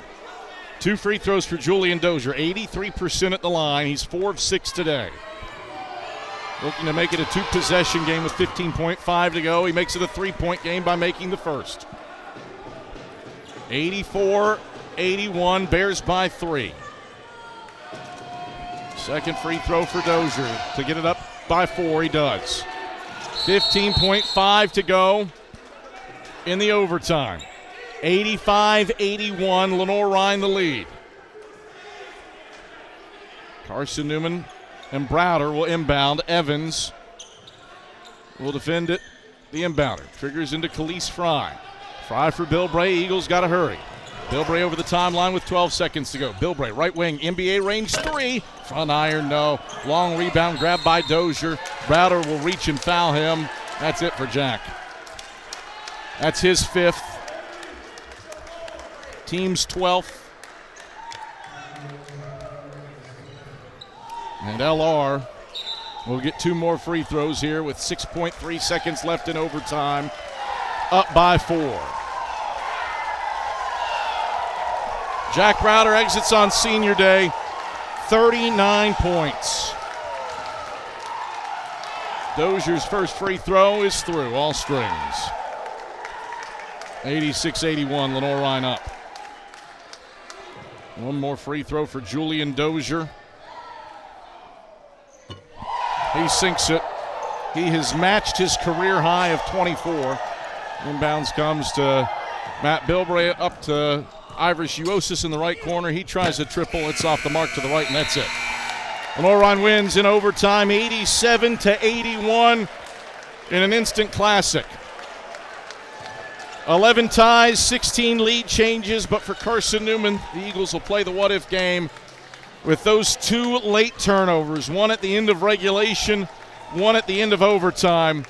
Carson-Newman had a lot of fight, a lot of zeal, a lot of zest, but it's the Bears who prevail, 87-81 over Carson-Newman in overtime.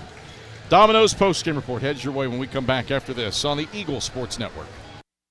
At InterDigital, we strive to be a leading provider of cutting-edge digital and marketing solutions. At InterDigital, we want to help our clients find success. Our team of technology gurus work together to ensure InterDigital continues to progress forward as technology advances. At InterDigital, we make technology work for you. Visit interdigital.com for IT support, web development, virtual tours, graphic design, internet marketing, mobile app, and film production services. InterDigital, laser focused on your success. Serving East Tennessee for 40 years, Magaha Electric is the perfect choice for all your electrical projects. Magaha Electric specializes in commercial, retail, manufacturing, residential, and industrial contracting needs. Magaha Electric can provide superior service, technical know-how, and realistic budgeting for any size project in a timely, cost-effective manner. Visit MagahaElectric.com for all your electrical contracting needs. Magaha Electric, your East Tennessee electrical contracting source.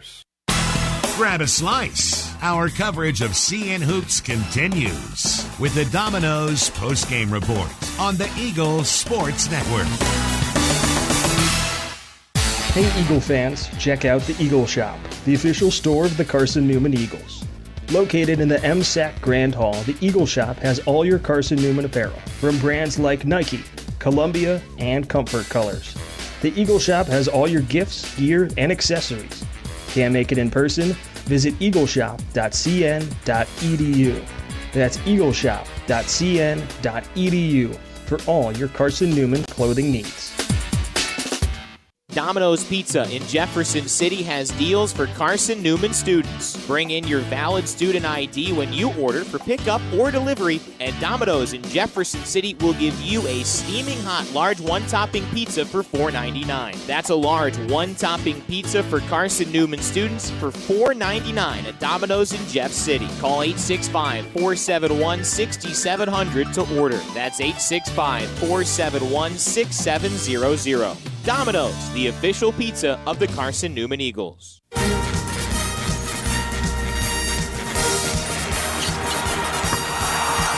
This is the Domino's postgame report on the Eagle Sports Network. We're going to get backdoor lob. Dyer throws it down with 2 hands. Your stats breakdown A conversation with Chuck Benson, presented by Modern Woodman Financial Planning, plus the selection of the AEC Electrifying Clay and the premier building maintenance player of the game are all headed your way. Today's game is also brought to you in part by Appalachian Electric Cooperative. We're AEC, powering the Eagles and Mossy Creek. By Domino's, the official pizza of the Carson-Newman Eagles. By the Eagle Club, the family of Eagles. By Magaha Electric, providing quality electrical services and products to East Tennessee for more than 40 years. By First Bank, the official banking partner of Carson-Newman Athletics. By InterDigital, IT support and marketing, laser focused on your success. By Fresh Ideas, a foundation of fresh food and speedy service.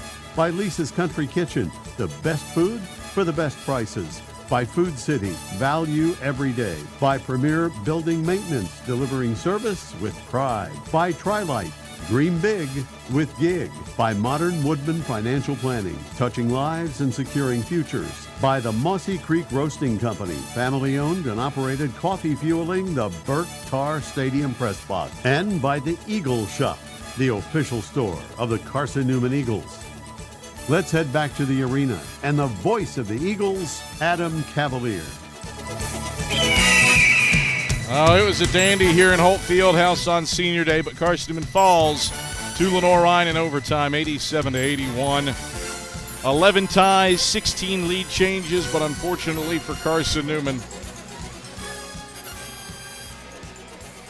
2 late game turnovers. One at the end of regulation, one with the Eagles in possession after a couple misses of an offensive rebound, and a chance to tie with a 2 or take the lead with a 3. Those 2 giveaways loom awfully large for the Eagles when they had the ball. And this one truly an interesting one. I think if you were look at the percentages, well, LR shoots 49% from the field. Carson-Newman's only at 32%. You'd say LR is winning this one handedly. But the Eagles did a lot of things to make that less of a reality. Carson-Newman got on the offensive glass, 20 offensive rebounds for the Eagles. LR did outscore them in second chance points, 17-13. And then turnovers. There were 13 of them for LR, just 10 for Carson-Newman. Unfortunately, the last 2 for the Eagles, the one at the end of regulation, the one at the end of overtime, those 2, man, were they painful ones for Carson-Newman. So that aspect made up for some things for the Eagles, as did free throw shooting. Carson-Newman got to the line 29 times, made 26 of them. That helped make up the difference. It's a day where Jack Browder goes for 39. He should be National Player of the Week after his efforts this week, averaging, 43.5 points per game over these last 2 games for the Eagles. And he has made his last 38 free throws, a sack record, 21 of 21 at the charity stripe today. I believe it's the 9th game in NCAA history where a player has made 20 or more free throws without missing. Did everything he could on Senior Day except make what would have been the game-winning shot at the end of regulation. Got a decent look, but misfired on a 15-footer, a really tough fall-away jumper on the right baseline. But what more can you ask of a guy who gets a second straight 30-point night for the second time in his career and registers his 39th career double-double with 39 points. If he's not the player of the year in this conference, Jack Browder, he has done everything for Carson-Newman this year, and an All-American to boot. Should be. Matt Bilbray had 18 points. He was 7 of 22 from the field and 4 of 10 from beyond the arc. And then Braden Illick was Carson-Newman's other double-digit scorer. 4 of 8 shooting, 5 boards to get to 10 points for Braden Illick. Lenoir-Rhyne becomes the second team to feature 3 20-point scorers against Carson-Newman. The last team to do it was Brevard on December 11th, 2017, nearly a decade ago. Jalen Johnson, Shelby Parris, and Stevie Williams all had 3 that day for the Tornadoes. Today it was Julian Dozier Akili Evans, and Conrad Luczynski, all with 20-point nights. Julian Dozier matched his career high with 24 points. Akili Evans had 21 on 8 of 16 shooting, including a 4 of 7 mark from beyond the arc. And then Conrad Luczynski fouled out with a double-double and 22 points and 11 rebounds. Evans also had a double-double, mind you, with 10 boards. Rebounds were even. Both teams had 44 of them. Carson-Newman played in isolation a ton today, only 9 assists on 23 made baskets. That's going to happen when the ball is in Jack Browder's hands as much as it was today, as he was playing in isolation a ton. LR had 16 assists on their 31 made baskets, and Eagles did some really nice stuff today. They limited Tyler Burriston's touches. He was just 1 of 5 from the field and scored 3 points, and Junior Hodnett, another 3-point marksman, finished with 6 on 3 of 6 shooting. And what goes down as a heartbreaker for the Eagles, a loss 87-81 to the Bears in overtime. Game was tied at 81, and the Bears score the final 6 points in overtime over the final 64 seconds as the Eagles had some empty possessions, and there at the end, down 2 possessions, just trying to get some heaves to go in. Here on the Domino's postgame report, I'm Adam Cavalier alongside head men's basketball coach Chuck Benson. Chuck, a dandy of a game for the perspective of the neutral observer. It's a game that you hate to see a loser in, unfortunately. Last year, in an instant classic, you tasted victory in Hickory. This time, LR pays that back here in Holt Fieldhouse. What did you see from your team in a game that felt like it belonged in March? Well, you and I had actually talked about this as more or less an NCAA tournament-esque kind of game. I told our team, this is the kind of game our team needs going into postseason. We want our point to be as sharp as possible so that we're able to play our best basketball in South Carolina at the conference tournament. And we got a great punch thrown at us today. I give a lot of credit. Well, give credit to Lenoir-Rhyne for coming here and winning. But I really don't want to talk as much about that as I do about my team. And how proud I am of their performance today. I told them I think we played a game worthy of winning for 44 minutes and 44 minutes and 50 seconds, something like that. 40 seconds, and we just couldn't. By the very end, we had some, like you said, empty possessions, had some turnovers. But all in all, I'm very, very proud of this team and how they evolved through this regular season, especially the last 6 weeks. And I so wish we could have had a win in here for Jack and Braden and Khalees. But that's not what the plan was. In the big picture, that wasn't the plan, and we gotta deal with that reality and just prepare for the next one. This one, I think, if you were to look just at the percentages, LR shoots 49% from the field. You're only at 32%. You might think you're in for a long night. Honestly, felt like you took some pages out of Kataba's notebook tonight and increased the volume. You took more shots, 10 of them. You got to the free throw line more. You rebounded the ball well on the offensive glass against the conference's best rebounding team by margin, and that made things close. Was that the plan to execute, or did that just happen naturally as the game went on? I think our guys were very motivated, for one thing. Very motivated. And we did. We had some very game-specific goals this game and some targets we were trying to hit. And our guys met some of those and exceeded others. I mean, we came out with 20 offensive rebounds.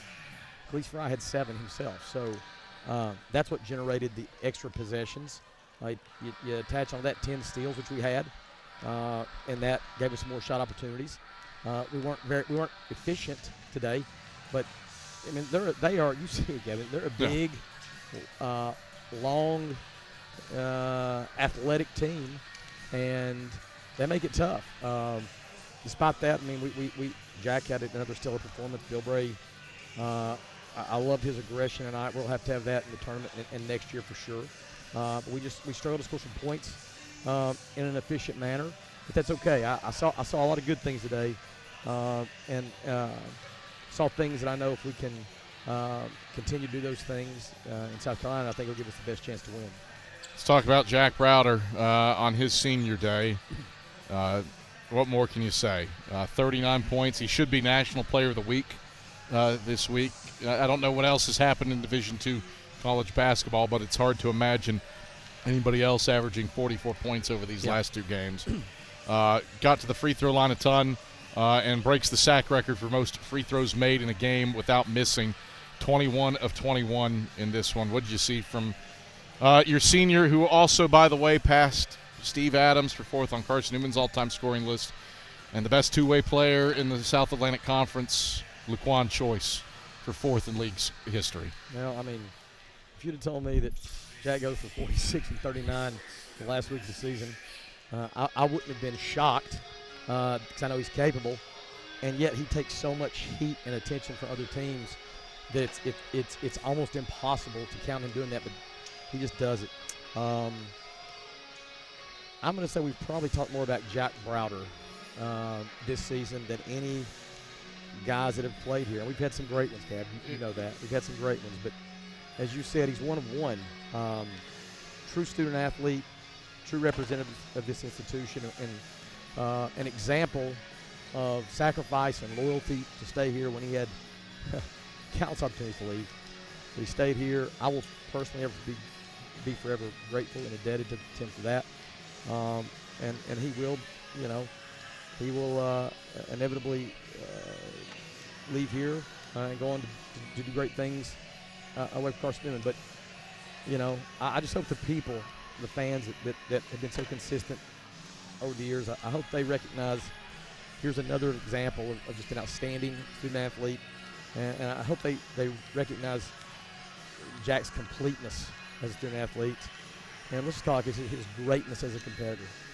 And it's greatness. All caps, greatness. I said it before the season started that he was the alpha, and he literally proved that, and he redefined what alpha means as far as I'm concerned. Yeah, I want to focus in on that. And there at some point will be an overall post-mortem for Jack Browder in this season. But this is the last time he plays in Holt Fieldhouse. And you said something, the frequency with which we have discussed Jack this season is off the charts. And I would be curious to go back to the word counts from our transcripts in the 17-18 season when Charles Clark was finishing his playing career. Both, obviously, 2,000-point scorers, both different in their own regards for what they've been capable of doing on the court. Jack, with apologies to Bird, no doubt the better student athlete of the two. But the frequency with which those two did the unbelievable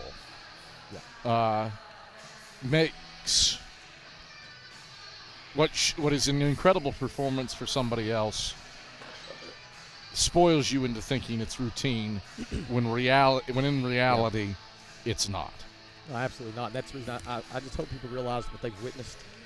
And look, man, there are a lot of things that in a lifetime of following sports that catch your attention.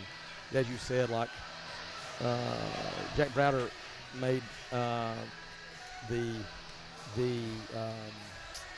spectacular appear sort of happenstance, and you do become you sort of become numb to it a little bit. I've never taken it for granted, because I understand. But as you said, you and I have been reflective like this because we've done this for so many years together. But man, this season ain't.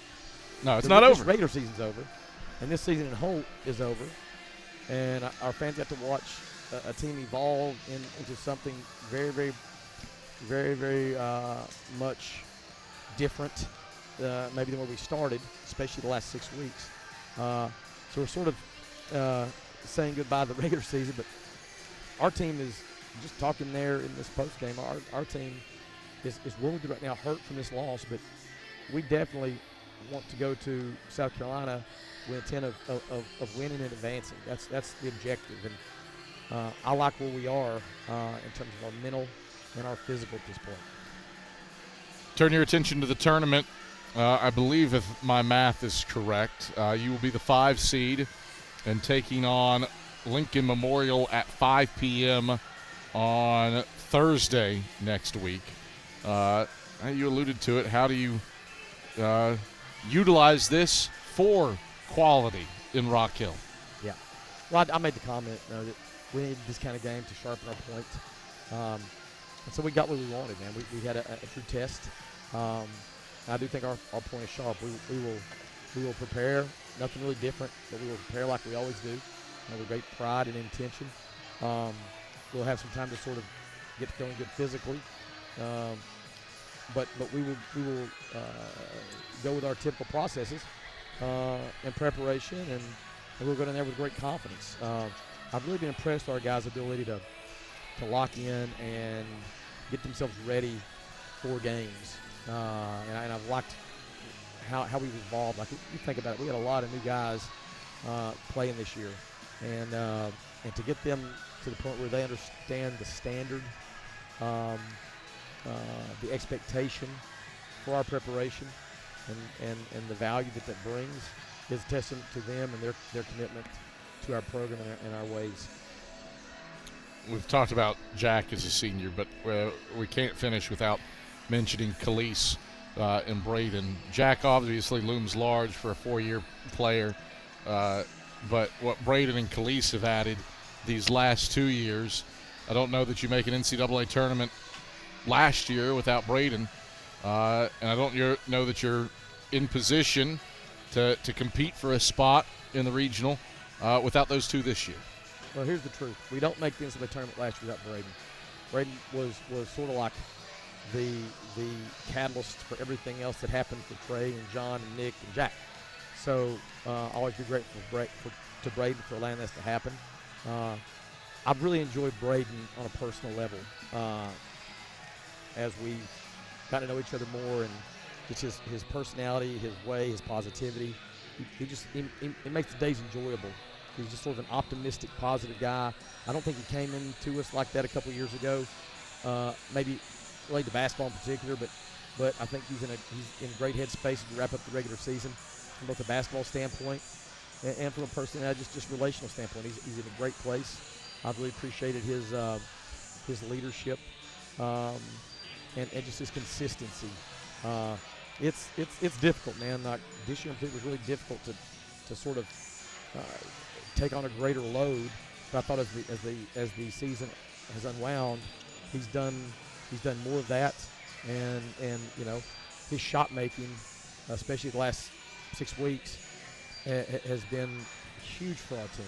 It just stretches the court, opens up the paint, puts a lot of pressure on defenses, and that allows Jack and Bill and Police, Ron, these other guys to put pressure on the paint. Hone in now on Khalees and what he's meant. Khalees, I mean, we brought him in here with a real clear sort of thought of what he would bring, but because of our team's makeup last year, he didn't get to see much time. But good gracious, has he been a godsend this season. He's arguably the best defender in our conference. He sort of does a little bit of everything, He's sort of mastered the cut game in our offense. He knows how to generate and facilitate shots for other players. Did it multiple times today. He's shown himself to be a really consistent offensive rebounder, 7 tonight, 6 in a game a week or so ago. He's defensively, his hand game is second only to maybe to Trip Davis. Yeah. His on-ball hand game and his instincts, his intuition. He's been a consistent guy. The one thing I'll say about Khalees, the guy's always won. He was a winner in high school. He was a winner at the junior college level. He's been down with us for 2 years and won. If you go back and look at it, I mean, all through high school and into college, he's always been a winner, and so he functions like a winner. And we know there's value in guys when they win. They always look for other little things that maybe not show up as much in the stat sheet, but they just add value. And so for that, I'm appreciative to Khalees. What do you hope this program, this institution has done for that trio, and what have they done for you? Well, Jack's been here the longest, 4 years. Braden and Khalees, 2. I mean, obviously they're all leaving with college degrees. I hope they leave with great memories and relationships that serve them beyond college. I think they've all truly enjoyed their experience. All of them came sort of in different ways to get here, but I think they would actually say they've really enjoyed the days. What people see are game nights. That's what they see, but they don't see us hanging out as coaches and players like you do, Kev. Yeah. Like you Fair. see us. They don't see that part of it.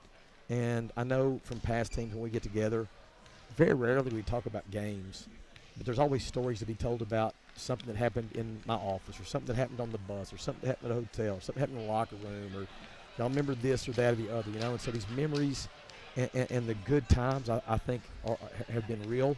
Clearly, all 3 of those guys have been here, and I know that as an institution and as a program, they've been presented the gospel message, man, and have a chance to consider that. And that's something that I said the other day, like the scoreboard turns off, and maybe those things that you enjoyed so much are now memories, but there's some lessons and maybe some decisions you've made here that are of much more importance and significance as you live your life and as you take on different roles. I think all these guys will be, employees, employers. I'm hoping they'll all be husbands. I'm hoping they'll all be fathers, and I'm hoping that the lessons and experiences from this time here will add value in those roles. And I look, I look forward, man, to. Yeah. And I always look forward to guys, the relationships we have even after they play. And I've had so many of those guys in my life that I still to this day have relationships with, and I look forward to seeing like the change from player coach to more peer, and to see like how that evolves. Chuck, good note to end on. Pleasure as always. We'll talk Thursday in Rock Hill. Great. Thanks, Kevin. That's Carson-Newman head men's basketball coach Chuck Benson. Domino's postgame report rolls on after this on the Eagle Sports Network.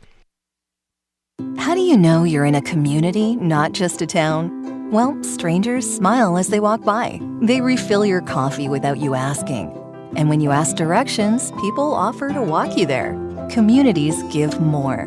The way you know when you walk into First Bank that you are in a real community bank. Great products, direct access to your local bankers, and relationships that can last a lifetime.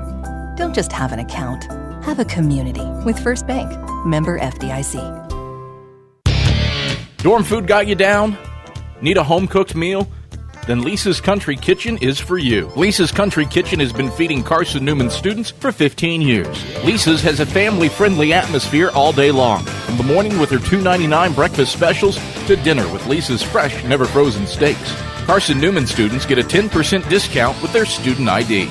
Lisa's Country Kitchen on Route 92 off Old Andrew Johnson Highway. The best food for the best prices. Miss out on tonight's post-game interviews? Check cneagles.com for stats, recaps, and videos from tonight's games. We close out the Domino's post-game report in 60 seconds on the Eagle Sports Network.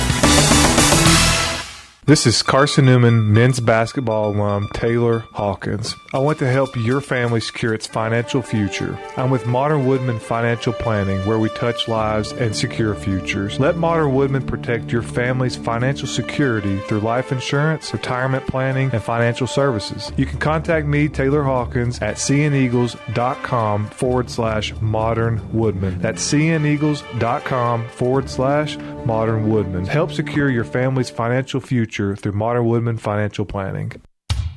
There's new fresh ideas on campus. From Chick-fil-A to Maples Coffee to Sabarijos, Fresh Ideas has tons of high-quality dining options for whatever taste you may need.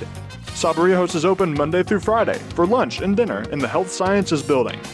Sabarijos features all your Mexican favorites, from burritos to nachos to quesadillas to tacos to anything you can think of in a tortilla. Follow Fresh Ideas on Instagram at Carson-Newman Dining.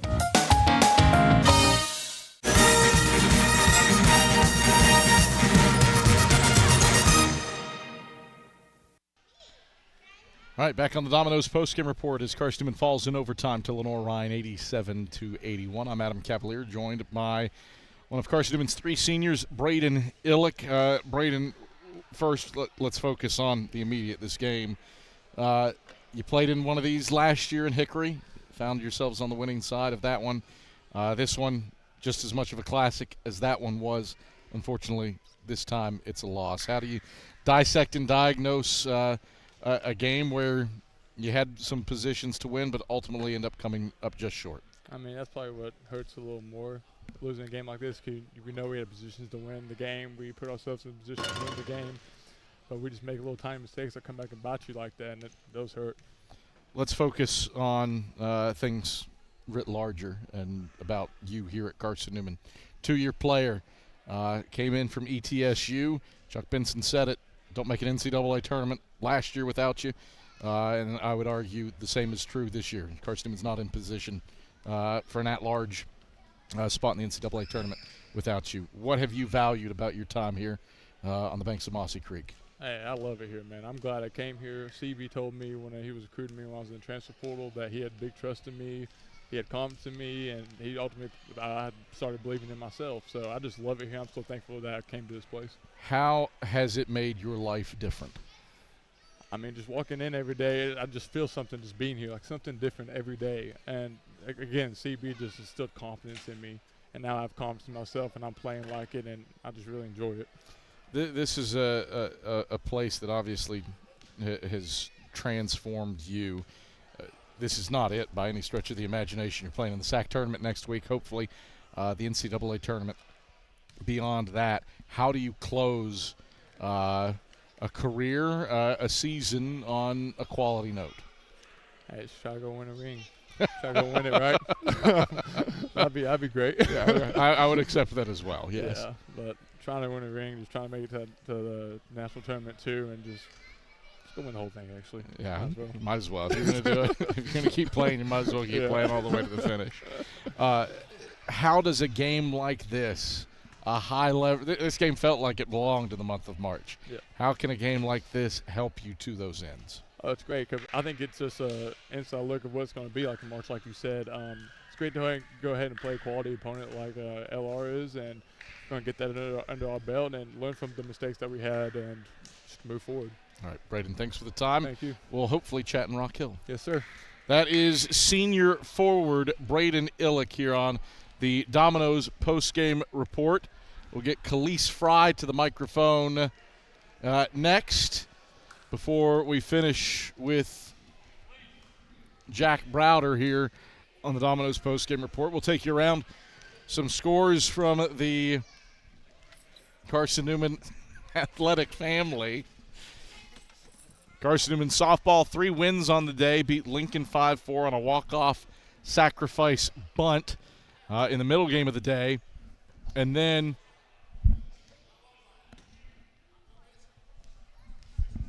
before winning the final game of the day over West Virginia Wesleyan, 9-3. Atiana Stamper gets the win in that one, while the Eagles get 3 runs batted in from Addie Saunders. Sarah Armstrong hits a 2-run home run, and Carson-Newman prevails over West Virginia Wesleyan to go 3-0 on the day over in Raleigh. On the hoops hardwood, the game that probably was of the most interest to Carson-Newman, Catawba raced past UVA Wise 91-69. That means the Eagles have the 5 seed for the league tournament, and Wise loses a second consecutive game. Eagles are hoping to draw level in the region rankings with UVA Wise because the Eagles have the head-to-head on Wise. So it'll be interesting to see what happens when the region rankings come out on Wednesday. Here on the Domino's postgame report, Adam Cavalier alongside senior guard Khalees Fry. Khalees, a tough one today against Lenoir-Rhyne. You lose in overtime 87-81.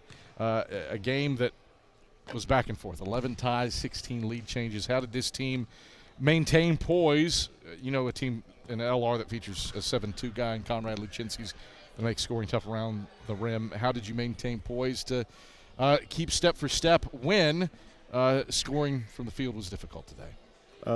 Just playing at our pace, just getting what we wanted, not letting them speed us up, taking care of the ball, and just, at the end of the day, just take care of the ball. That's really what it came down to.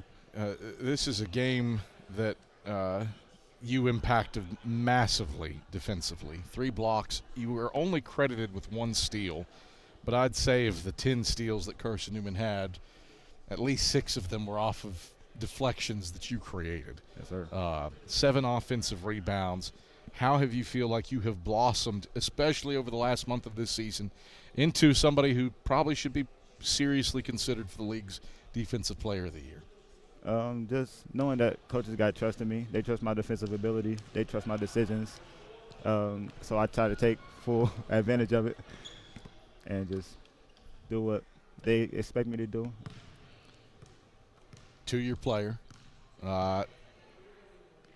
Didn't play a ton last year, but elevated yourself into the starting 5 this year. Arguably, Carson-Newman's not the best field goal percentage defense in the SAC without you. Not where they are without you. How has Carson-Newman impacted you? It goes back, same thing I just said, trust. That's all I really got to say, because CB trusts me to go out there and be a dog defensively, and that's what I try to bring to this team. How does that lesson then apply for you moving on? Hopefully we've got a few more games that we're chatting. I'd accept 9. But how has Carson-Newman set you up for success based on trust after your basketball career here comes to its close? There's your heavy question for the day, Elise. It is a heavy question. That is a tough question. I don't really think about this much because I just like to stay in the now. Yeah. But I know that at the end of the day, like, my future is bright. I don't know that what I've built here has definitely benefited me for the future. Thursday in Rock Hill. I believe that I've got the tie-break scenarios correct. A first-round game with Lincoln Memorial.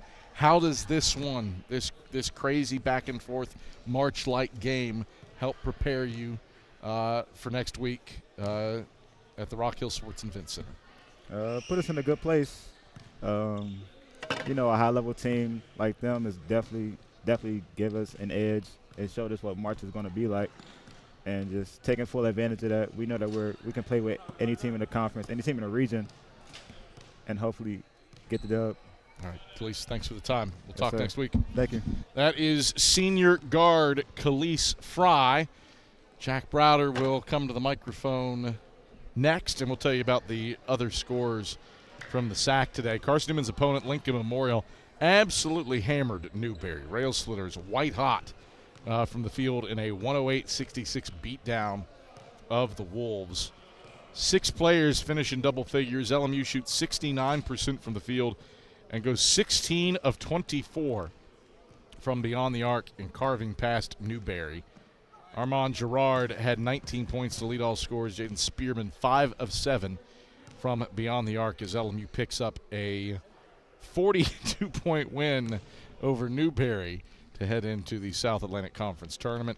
The Eagles get the 5 seed by virtue of Cataba's win over UVA Wise.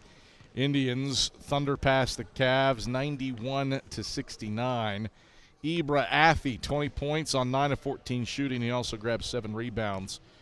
Wise turned it over 22 times, and Catawba had 31 points off those turnovers and picking up the 22-point win at the Pryor Center.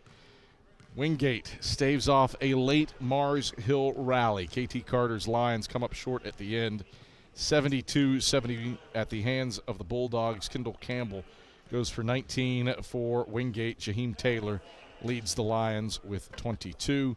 And Anderson, in a tight one on the road with Tusculum, Trojans, though, prevail 80-71 behind 31 points from Rashawn Engelman as the Trojans head in to the league tournament on a win. Final game on the docket, Emory and Henry, no issues at home with Coker. The Wasps are winners 78-63 to grab the 7 seed in the conference tournament. Jackson Crawford went for 20, Corbin Dixon 25 in the win for Emory and Henry.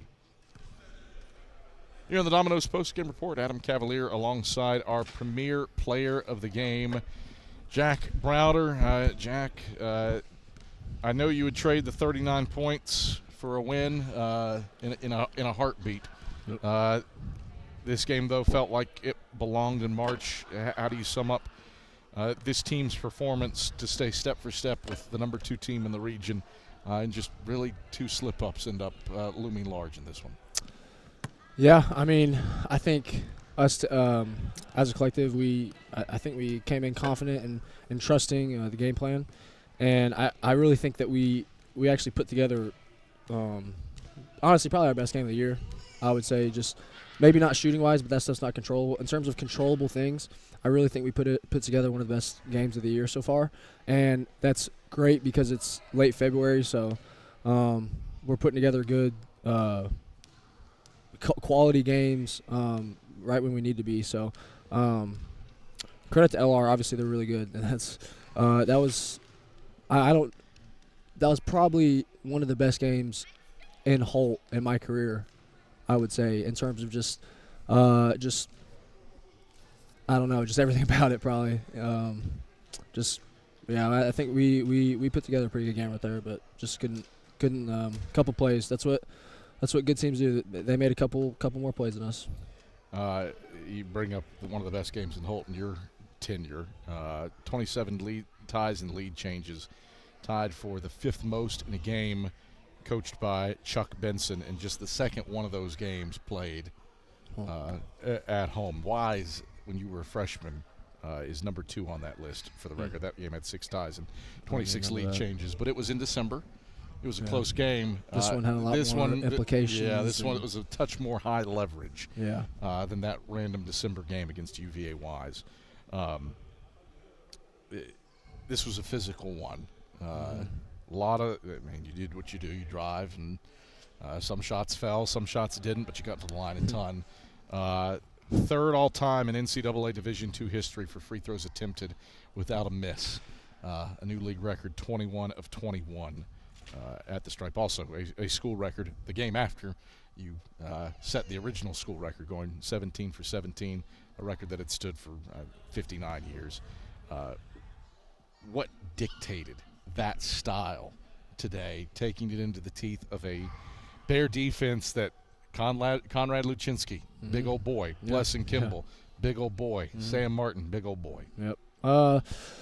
Well, we see the quality of paint touches, so I guess it shows tonight. I mean, you get to the paint, that's where the majority of fouls are, inside the paint. It's late February, so they called a lot, and they also didn't call a lot because we went to the paint a ton. They went to the paint a ton. So that was what we expected. We expected to have a super physical and sort of gritty game, and it was exactly that. So just trying to get to the paint and trying to make good decisions after we get there. Sum up this day defensively, because LR shoots 49.2% from the field. Forget the overtime session where they score 13. You held them to 74 in regulation. That's 17 below average for the league's highest scoring team. And yet you balance that field goal percentage with the fact that you smash the offensive glass with 20 offensive rebounds, 10 steals, 8 blocks as a team. You had a career-high 5 steals today. Where does the balance come defensively in this game, given LR, yes, shot a good percentage, but seemingly felt uncomfortable in other ways? Yeah, I was about to say that. I mean, they shot 49% from the field and 40 from 3, but as basketball knowledge people, we had a game plan going in, and I think we did our game plan pretty well. I mean, let's see their shooters. I mean, Junior Hodnett 0 of 2 from deep. Tyler Burriston, who I think was averaging 4.3 he was threes on a game. ballistic lately. Yeah, over his last 5. Yeah. He goes 1 of 3 today and finishes with 3 points. Yeah, so we had a lot of goals in regards to like their scout and their personnel, and I think we did that for the most part. Obviously, Conrad. Dozier's not been a high volume guy, and he goes and gets up 13 shots. Credit to him for making them. Obviously, Dozier's been. Basically led them to Elite 8 last year, so we forced him to be high volume, and that was probably success on our hand, and credit to him for hitting those shots. I mean, they shot a good percentage. I still think we put together a good defensive day. I mean, that'll translate to I would take that every day, honestly. Hopefully we're chatting a few more times before the season reaches its conclusion, but this is your final game in Holt Fieldhouse. What has this place – Chuck Benson has talked frequently about what you have meant to this team. What has Carson-Newman meant to you to do the maniacal thing and return here for a 4th year? Well, I mean, there's a lot of reasons. It's just a certain gut feeling that I had the past 2 years. Just I don't want to give up something when I'm happy and I'm comfortable and I love the people I'm around every day on a daily basis. I love there's many different aspects, close to family, close to my girlfriend. Like there's just so many layers that are just so beyond money that I just when I'm 50, I would much rather want to look back and say I valued the relationships I have, the people I'm with, the experiences I have, instead of potentially making $1, but I sacrifice 2-3 years of stuff I've built here, and I didn't value that, and I'm extremely grateful that God gave me the wisdom to try and see that right now, and I don't regret anything about not transferring, and not in the slightest. I mean, I sort of did the same thing in high school, just had opportunities to go to another school, potentially get better college looks, but stayed with the people that I had built relationships with and sacrificed with, and it came out on top in high school, and it's came out top on here, and I'm just extremely grateful that I was able to have an experience like I've had here at Carson-Newman. Hopefully, we're talking as you being League Player of the Year sometime next week. Certainly, the body of work is insane. Who knows what your scoring average is after this one. But how does a game like this, that's fought tooth and nail, set this team up for success next week in Rock Hill? Yeah. It sets us up great. I mean, LR is going to be sitting in the regional as a 2. If Lander beats them, maybe 3 seed, but no lower than a 3 seed really. Yeah. So that's the best of the best. I mean, they're not top 25. That's a top 25 team. That's a top 15 team, honestly. And that we can't ask for a better game to lead into the tourney with how tournaments are called and how March basketball is called. We can't ask for a better game, and that's as good as you're going to get in terms of preparation for a postseason run. All right, Jack, pleasure. We'll talk in Rock Hill on Thursday. Thank you. That is senior guard forward Jack Browder, our premier player of the game. Excellence doesn't happen by accident. The premier team delivers service with pride.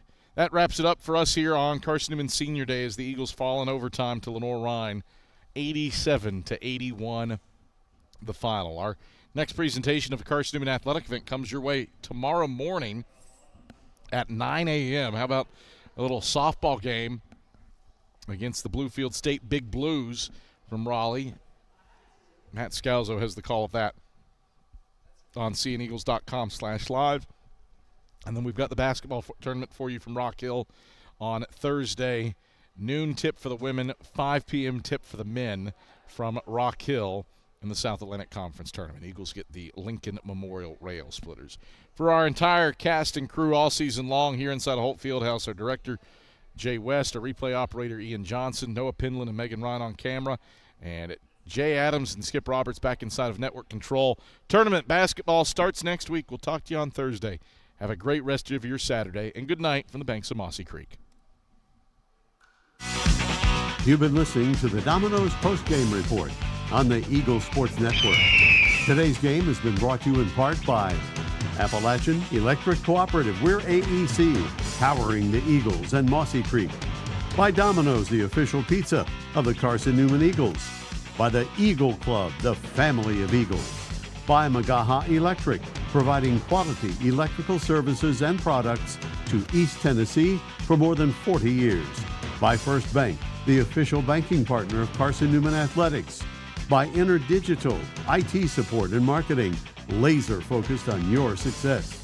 By Fresh Ideas, a foundation of fresh food and speedy service.